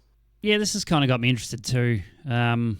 Although I've been I mean, thinking it's one for another day in terms of discussion. But I've been like constantly thinking about, I need to give one of these turn-based RPGs a real crack. And I was actually thinking something mhm, like Chrono Trigger, because that one's that's got Akira Toriyama's artwork in it. It's it's just apparently meant to be a classic. It's a 2D, like it was this one on the SNES. mm. But it's a similar sort of style to this. But maybe this one would be a good one to jump in and start with. So apparently too, number 3 is coming out first because that's chronologically in the timeline. That's the first one chronologically, and then it goes 1 and 2. So 3, 1, 2. Oh, really? That's why, Okay. yeah. So they had the creator come in after this and talk about why they're doing it this way, and this is the way we recommend you play them. Okay. Well, but yeah. Also, I think, I'm hope I'm not wrong, because I think it was known in the States as Dragon Warrior, but yeah, Dragon Quest does have Akira Toriyama attached to it, and Yeah, it's that's just the too. He artwork is created. amazing. Yeah, Yeah, yeah, yeah. He's prolific. Old. Yeah. Rest in peace. And yeah. died. Rest Was in it peace, earlier Toriyama. this Yeah. year? Was it last I year? think it was early. Yeah. No, I think it was earlier this year, Mm. or maybe it was late last year. It was somewhere around there. But yeah, I don't think because they just had this game come out. Sandlands is another one he worked on. Another mm, manga that can't turn into a game. yeah, exactly. Also Blue Dragon apparently was another one of his. Oh yeah, Yeah, he's well, good on him. He did a lot. Yeah, Dragon and Quest. yeah, definitely looking forward to playing these. Look, I've been meaning to pick them up, and I think these might be, and I could be wrong here. I could Mm. genuinely be wrong here. Mm. Um, let me know in the comments. But I think Dragon Quest might actually, by like a year, be slightly older than Final Fantasy. Could well be. That's an old series, and Yeah, this remember this is. I mean, these weren't. This didn't come to the West for yonks, right? Like the Japanese, they've yeah. been there for I years, and think then when like the first one was until like what 6 or 7 or something like that. It was fairly I think late. yeah, six or something. Yeah. Yeah, Oh, so and good it was known as chance. Dragon Warrior because there was another Dragon Quest. But yeah, Yeah, that was my quick remark on that. The one that really did catch my interest, and I gotta say this, was Funko Pop. Funko Pop. Yeah, Funko Pop something or other. yeah. I'm scrolling. I'll get there. Oops, I have to do Oh, search. I forgot one on my first page, but I will get back to that. Yeah, we can come back to it. Yeah. Oh, it's not on this list. That's annoying. I'll just try and search. Was it? Yeah, was this called Funko Pop? Funko Pop something or other. Okay. Hold on. That's right. We'll see if. Keep going. What did you like about it? So then again, a bit of history. What really made me interested in this, um, aside from the fact that it's one of those what I call uh, Spyro Legends Skylanders type of games, Yep. um, where you know it's kind of like a gimmick to yeah, Funko Fusion. There you go, you've got it. Yep. Um, where you kind of you know how you have those toys or whatever, and you can sort of the more toys you get, the more you can play in either in that world or whatever the case may be. Like uh, uh, uh, yeah, with like the Lego sets. What was that Lego game? Lego Dimensions. Yeah. Oh, Like yep. Lego Yep. Dimensions. Yeah, Yep. yeah. Sorry, that's what I'm really trying to say. Yep. Is what I found really clever with That it was because that was a again, Shaun of the Dead scene. Sorry, I just saw. yeah, That was a Shaun of the Dead thing. That was cool. it really wasn't. And before that, it was Back to the Future. Um, uh, So the thing with that was, and again, I say this, and then I think that's Chucky there, yep. was the fact that, and again, I'm not sure how much of a rumor this is. I'm not sure if it's real or fake, but apparently Funko Pops for a while now, like the last few years or so, uh, they've been going down in price Yep. because everyone's Tanking. like, oh yeah, we're kind of over it, blah blah blah, Oh, it's like and Beanie Babies, right? That was a craze for a bit, and then it yeah, just dropped off. yeah, and but now with this. I think they're going to shoot back up because, quite frankly, I mean, how cool is this? Like being able to, if you can, I don't know, scan, enter a number, enter an ID, or whatever the case might be, of Or your like Funko Pop collection. Amiibo style. Yeah, Amiibo style sort of thing Yeah. where you can just, and then you get to play through again. Look, the game looks kind of light itself. I don't know I was gonna say this looks like what. in an early state. It almost looks like alpha because it's like the textures and that. There's a whole bunch of Mm, aliasing. It's looks very. It looks fluid, like, but it looks rough. Looks like they've had to really turn it. Turn down the wick on the graphics setting or whatever because it doesn't look good. But yeah, I mean, it could be fun. but Like I'm not saying it wouldn't be fun. It just it looks very early, even though it's out exactly. this year. It's weird. And again, like I said, I no idea what you would do with this game. Honestly, like, Yeah, is it like arena defense, tower defense? Is it do you do? Is it like a Lego, could be like like the the Lego Lego game? games. Yeah, that'd be my Yeah. bet. Um, but I thought it was just really cool. Like the fact that you get to see the Funkos move around and if especially if you get to um put your collection in, all the better, even cooler. Yeah, yeah. So Well, that yeah, goes in that tie into the Nintendo have done gimmicky. with the amiibos. Yeah, gimmicky. Yeah, you Yeah. could be right. I don't. I've Funkos are those things that I see in like EB Games or in other stores where they're Mm. selling games, and I see them like, oh, okay, and I just they don't register with me. Like I don't. I'm not very. I don't like having junk in my house, so I don't really look at that stuff. So I don't really know. Like I don't pay attention to it. It's like it doesn't exist to me. But maybe it's a. I did. That's the only thing I heard was when this game was talked about in another podcast is that Funko Pops are going diving. So maybe this is like a large just ditch effort to try and save it. Yeah, which again, look, it might work, it might not. Yeah. Um, yeah, again, like I said, it looks like a fun gimmick. It looked like a Hmm. fun gimmick, Yeah. and yeah. Okay, so the one I wanted to go back to actually Yeah. was one that I found really interesting was NES World Championships. Oh yeah. Yeah. That looks pretty cool. Right. Yeah. I saw it and I'm like, you know what? This looks really cool. Looks like a ton of fun. Um, and for once, it was actually one of the features that really got to me. It was the The um async leaderboards thing or the no, it challenge. was the no, it was actually the you know if you're having trouble with the game, like it shows you like certain paths you can take or certain you Oh, know the help, the guides. Yeah. yeah. I'm like, wow, that's really cool. I mean, again, because not being a Nintendo kid, for me it was more Sega. It's sort of like, oh, okay. So, because for me, it's always been a bit of a learning curve to get into Nintendo. So, Yeah. um, Some of those games are yeah, hard. Yeah, well, yeah, like with Sonic, it's so intuitive, but and with Nintendo, because again, I didn't grow up with it. Yeah, like this bit is Yeah, the whole fact that I think is it in exploring and three? Yeah, Mario then gets that like jump or power meter or stamina meter or whatever to jump over stuff and yeah, like do all that. yeah. And again, look, I'm talking about like a long time ago, but Oh, mate, when I you would learned it the hard way. I remember being at after day school care playing Super Mario Brothers 3, and the kids would race each other. So we'd take turns, like, one person to get a go. Like you could do the two-player, one's Mario, one's Luigi. When you die, it goes to the other person's turn.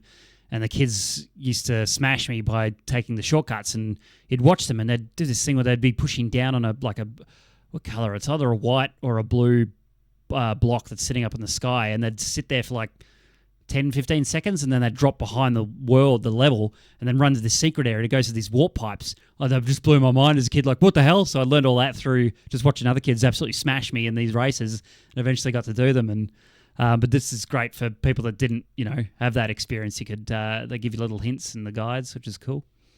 But again, like you said, it is brilliant because you learned it through osmosis. And the other thing as well, I was going to say, if again you didn't, there was this other, um, like I said, again from where we're from the era of games where you still had the little booklet inside, Yeah. and you would learn all this stuff in the booklet. Mm. Like I remember sitting in the back seat of the car, Yep. even though it Reading on wasn't the way possible. home. Yeah. Yeah, reading on the way, and you'd read the story, and they'd be like, "Hold down for this," or like, "Some enemies are weaker with this attack," and you're like, Yeah. "Oh."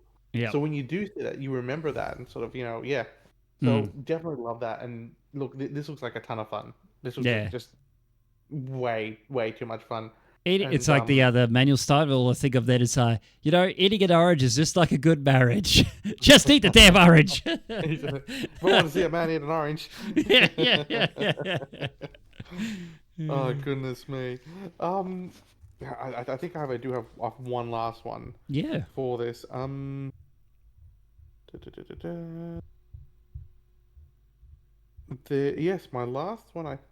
Actually, two. I got two Two. more. Ooh. Uh, I do have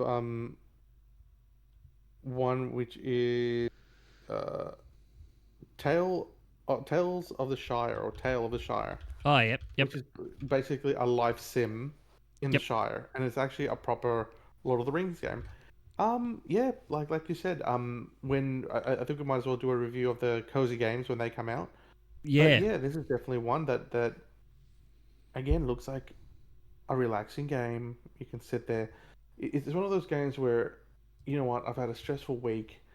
I do want to play a bit of video games after everyone's gone to sort of sleep, and Mm. I want to play maybe half an hour or an hour's worth. It's something I could jump into and just be like, cool. I'm gonna do something simple enough with enough story that's also rewarding. Mm. So yeah, I it definitely. Yeah, Hmm. because I saw. I mean, I saw this in the trailer, and I just assumed that it was a Weta Workshop game. Because, but I think there's something funny going on with the licensing for Lord of the Rings. Because like Oh, is it Warner Brothers? I can't remember who owns for the movies. Because of course they're doing that. No, so Amazon have got Rings of Power. It's really confusing, Because Rings of Power. So in Rings of Power, they don't call the hobbits. They're called Harfoots, and there's something to get around copyright for some reason. And then you've got. yeah. I thought this Okay. game was actually this Tales of the Shire was done by Weta Workshop. So Weta Workshop, stay on that store. I'm just clicking through. Where have they got Lord of the Rings? They do have a game that they're working on. I'm pretty sure as well. Weta Workshop games. And then this one popped up, and it's from it's from Private Division. So again, I'm sitting here really confused because it's so Tales of the Shire. Maybe it's the one they're working on with. We're currently developing Tales of the Shire, so maybe in partnership with Private Division, coming to PC and consoles in 2024. So it is that game that they announced. Yeah, so out of nowhere, Weta Workshop had announced this, and they haven't developed a game yet. So it was just really interesting to see that this is what they're doing. And sorry for context, Weta Workshop. I just close off their thing. I shouldn't have kept it on there, but they're the guys that do a lot of the set designs and costumes and whatnot. I think, but they have obviously. I think they're in collaboration. They could be owned by Peter Jackson. I can't quite remember, but it's they've had their hand in the Lord of the Rings stuff for years, way back since the movies. And then they announced a couple of years ago, maybe, that they were getting into game development, and this was the first game. But I quickly looked it up, and I was like, Private Division, and then eventually got onto the website. So it is in partnership with Private Division. So interesting. Like, it. If I'm honest, I don't really love the art or the design of the Hobbits, but I'm curious to see how this goes because it should be done with love and care if it's coming from Weta Workshop. Yeah, there you go, down the bottom, Weta Workshop and Private Division. So yeah, kind of curious to see what happens. I like you, yeah. I mean, look, the artwork, and again, because I haven't read the Lord of the Ring books. I've heard them on audiobook. And yeah, this is more sort of like audiobook, I guess, correct, if it will, with their aesthetic and look. But at the same time, like I said, it caught my eye because I think it said, look, it's a Lord of the Rings game. So for me, it was like, wow, okay. Well, let me tell you about a game called Gollum. They're not all great. Yeah, they're not all great. So, and I thought live sim, okay, might seem okay. Live sim, although again, now that I'm sort of watching the trailer back over and over again, there's a bit of you're like, yeah. I mean, I like the idea of it. And I don't want to be a negative Nelly, but it's it just like from what I've looked at, I'm like, I don't know about this, but hey, who knows? Could be a sleeper hit. Exactly, could be, but and I think it's the aesthetic that really calls to you, like the Hobbit aesthetic, where it's like in the Shire, where they're like living in those picturesque hills, those round houses and everything. Is what really calls it. Yeah, Hobbiton in the Shire. And it it kind of lends itself to be a pretty decent farm life sim. Yeah. And cool. I guess for my last one... Mm-hmm. Yeah, sorry, go on. I was going to say, I guess for my last one, and I'm surprised you didn't have this on your list, is Metroid Prime 4. Ah, yes, and I can tell you why, but I want to hear why you want to... Now, I haven't played any of the Metroid games. Gotcha. Yep. Or the Prime games, but I saw this, and I thought... I think I'm in love with the concept and idea of Metroid more than I am the games, because I've again, like I said, I haven't played them. I love the fact that the spacey sci-fi, and everything else about them, and the idea of Samus, being this awesome trained assassin by like, who are they? The elders or like I don't know the lore. Yeah, I've no idea about the lore. But yeah, and I saw this, I'm like, this looks cool. This looks like a lot of fun. Nothing too heavy. Like you would get normal other shooters, FPSs. Yeah, everything's absolutely. coming at you like 100 miles an hour. Yeah, it's just well, you got a lock on button, as you saw there. Yeah.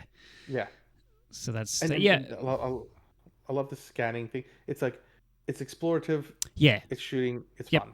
Yeah. So it is. So I played the remaster, the Metroid Prime. So for context, I've only played the demo of Metroid Dread. I've bought Metroid Dread. I've got it. It's sitting there. I just got it with my I got Christmas money or Christmas vouchers, I think, from JB Hi-Fi, and thought I'll grab some Switch games to play. And I've only been through one of them maybe so far. Oh no, I got Metroid Prime Remastered. No, that was earlier. Sorry. Anyway, I've got Metroid Dread there sitting waiting to play, but I've never played the Metroid series, and I never played Metroid Prime series. But I picked up Metroid Prime Remastered because everyone goes on about it. They say it's one of the greatest games of all time.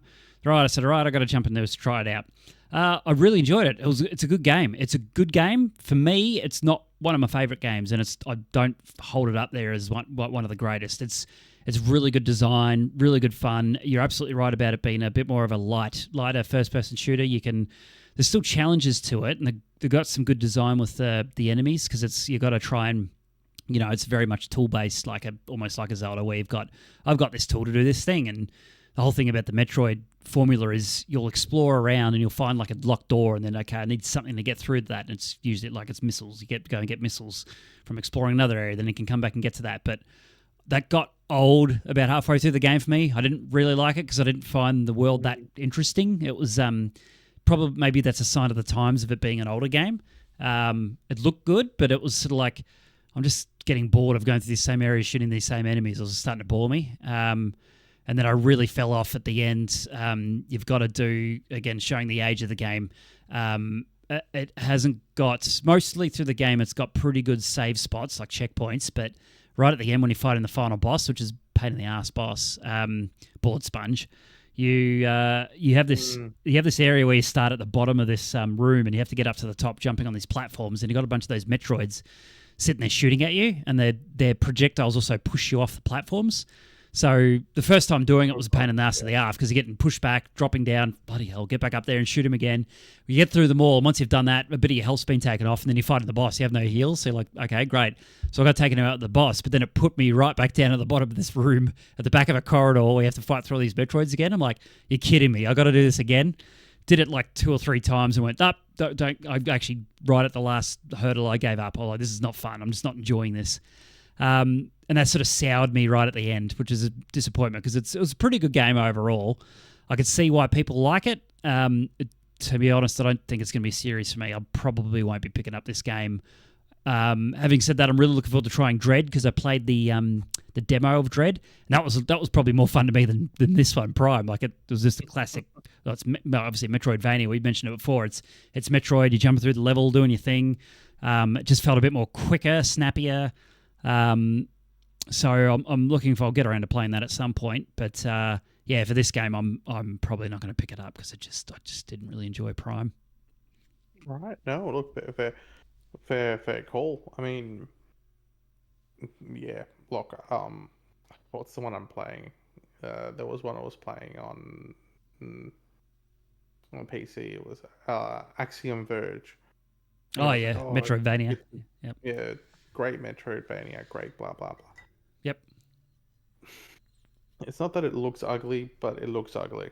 I mean, it's got a theme. I get what it's going for, but it looks ugly, and the constant repetition of having to go back after you've gotten something to open a new area and then progress is tedious. So yeah.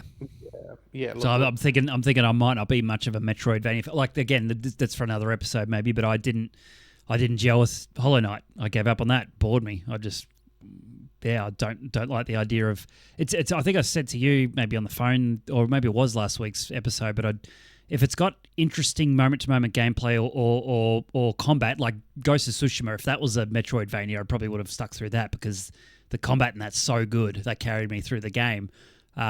Whereas these Metroidvanias so far that I've played, Dead Cells is another one I played. I fell off. Hades, another one I played, which that's more of a roguelite, but that's what we're getting onto. We'll talk about roguelites. But if they had more interesting combat, something from that core gameplay element that could keep me sticking through, not just the core element being you are going through the same areas until you find that spot, or you are fighting through hordes of enemies till you die and get better. Like, that's just not interesting enough for me. So I may not be into Metroidvanias, but I'm going to keep trying. Maybe I'll find the one that clicks for me, and I'm going to do the same for roguelites. But I just don't think Metroid Prime will be that for me. I'm hoping Metroid Dread will be that for me, and that's that the case. Great, I'll just stick with the 2D Metroids. But yeah, that's where I land on them. You know, I agree with you, and yeah, same boat. I'm going to keep trying these Metroidvanias until I find something that I actually like and I can actually gel with. But yeah, I mean, you know what? I might actually be the opposite. I might actually enjoy this sort of slower paced FPS style title.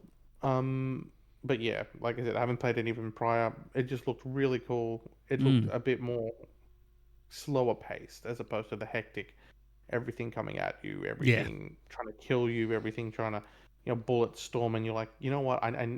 It's great for reaction time, but I kind of want to go through something a bit more slower paced. Yeah, and I think this might be up your alley for that.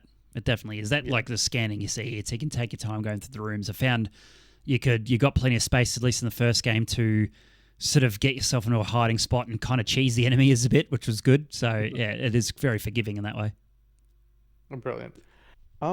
Yeah, that's sort of it for me, I guess, regarding all this, regarding all Summerfest, the Xbox and Nintendo for now. Great. Well, that pretty much wraps up the episode. It was great. I was really enjoyed having this chat with you, Ivan. It was it was a great idea to do because it's the hot topic at the moment with these recent releases. It's exciting talking about the future of new games, and there's a lot to look forward to and stuff there that I've learnt from you in some of those indie games in particular that I'm going to go back and probably wishlist. I hadn't seen anything from Dave the Dev, so I'm probably going to go back and watch that and the Devolver Direct and Wholesome Games Direct. So there might be more for the list, but for now, any final thoughts? Or Well, I was pleasantly surprised with my reaction to a lot of AAA titles, opposed to indie games, and in contrast to Nintendo games. Where I found myself liking a lot more indie games than I did to AAA titles that were coming out, even on Xbox, I guess, and the Summerfest stuff. But with Nintendo, I found myself going, "Wow, AAA title after AAA title are really impressive." And I think, like we said at the beginning, it's just that Nintendo polish. I was really, really pleasantly surprised with my reaction to all that. I thought there were going to be a lot more AAA titles. I'd be like, oh wow, that's going to be cool. Oh wow, that's amazing. No, it was really the indie games that really took it for me, the majority. And then up until Nintendo, yeah, big win for the I thought, indies. yeah, big win for the indies. And It's good. definitely look, I think this was awesome. I'd love to do another one, maybe at Cozy Games or also something. But yeah, look, absolutely awesome. Um, would definitely love to sort of pick out a few games and see what your thoughts on them. Like I said, I really did think Metroid Prime would be more up your alley, but I was also surprised to see a lot of the ones that you and me were really like in sync on. That Yeah. was really cool. Yep. Um, Yeah, that was really really awesome. Yeah, that was it. We learned a bit more about each other's likes with it. I'm excited to talk about some of those games that we had talked about here and seeing how we're going, because that could, just interesting to go from that point in time. It'd be cool to come back and look at our thoughts from this and then playing the games and seeing what it actually turned out to be. And if we liked it or didn't like it, that'd be really interesting. But for now, we'll leave it at that. Thanks for watching and listening, everybody. If you liked it, of course, click on subscribe for the future episodes. Like it. That really helps us. Leave a comment, and we'll see you in the next episode. Bye, everyone. Absolutely. Bye.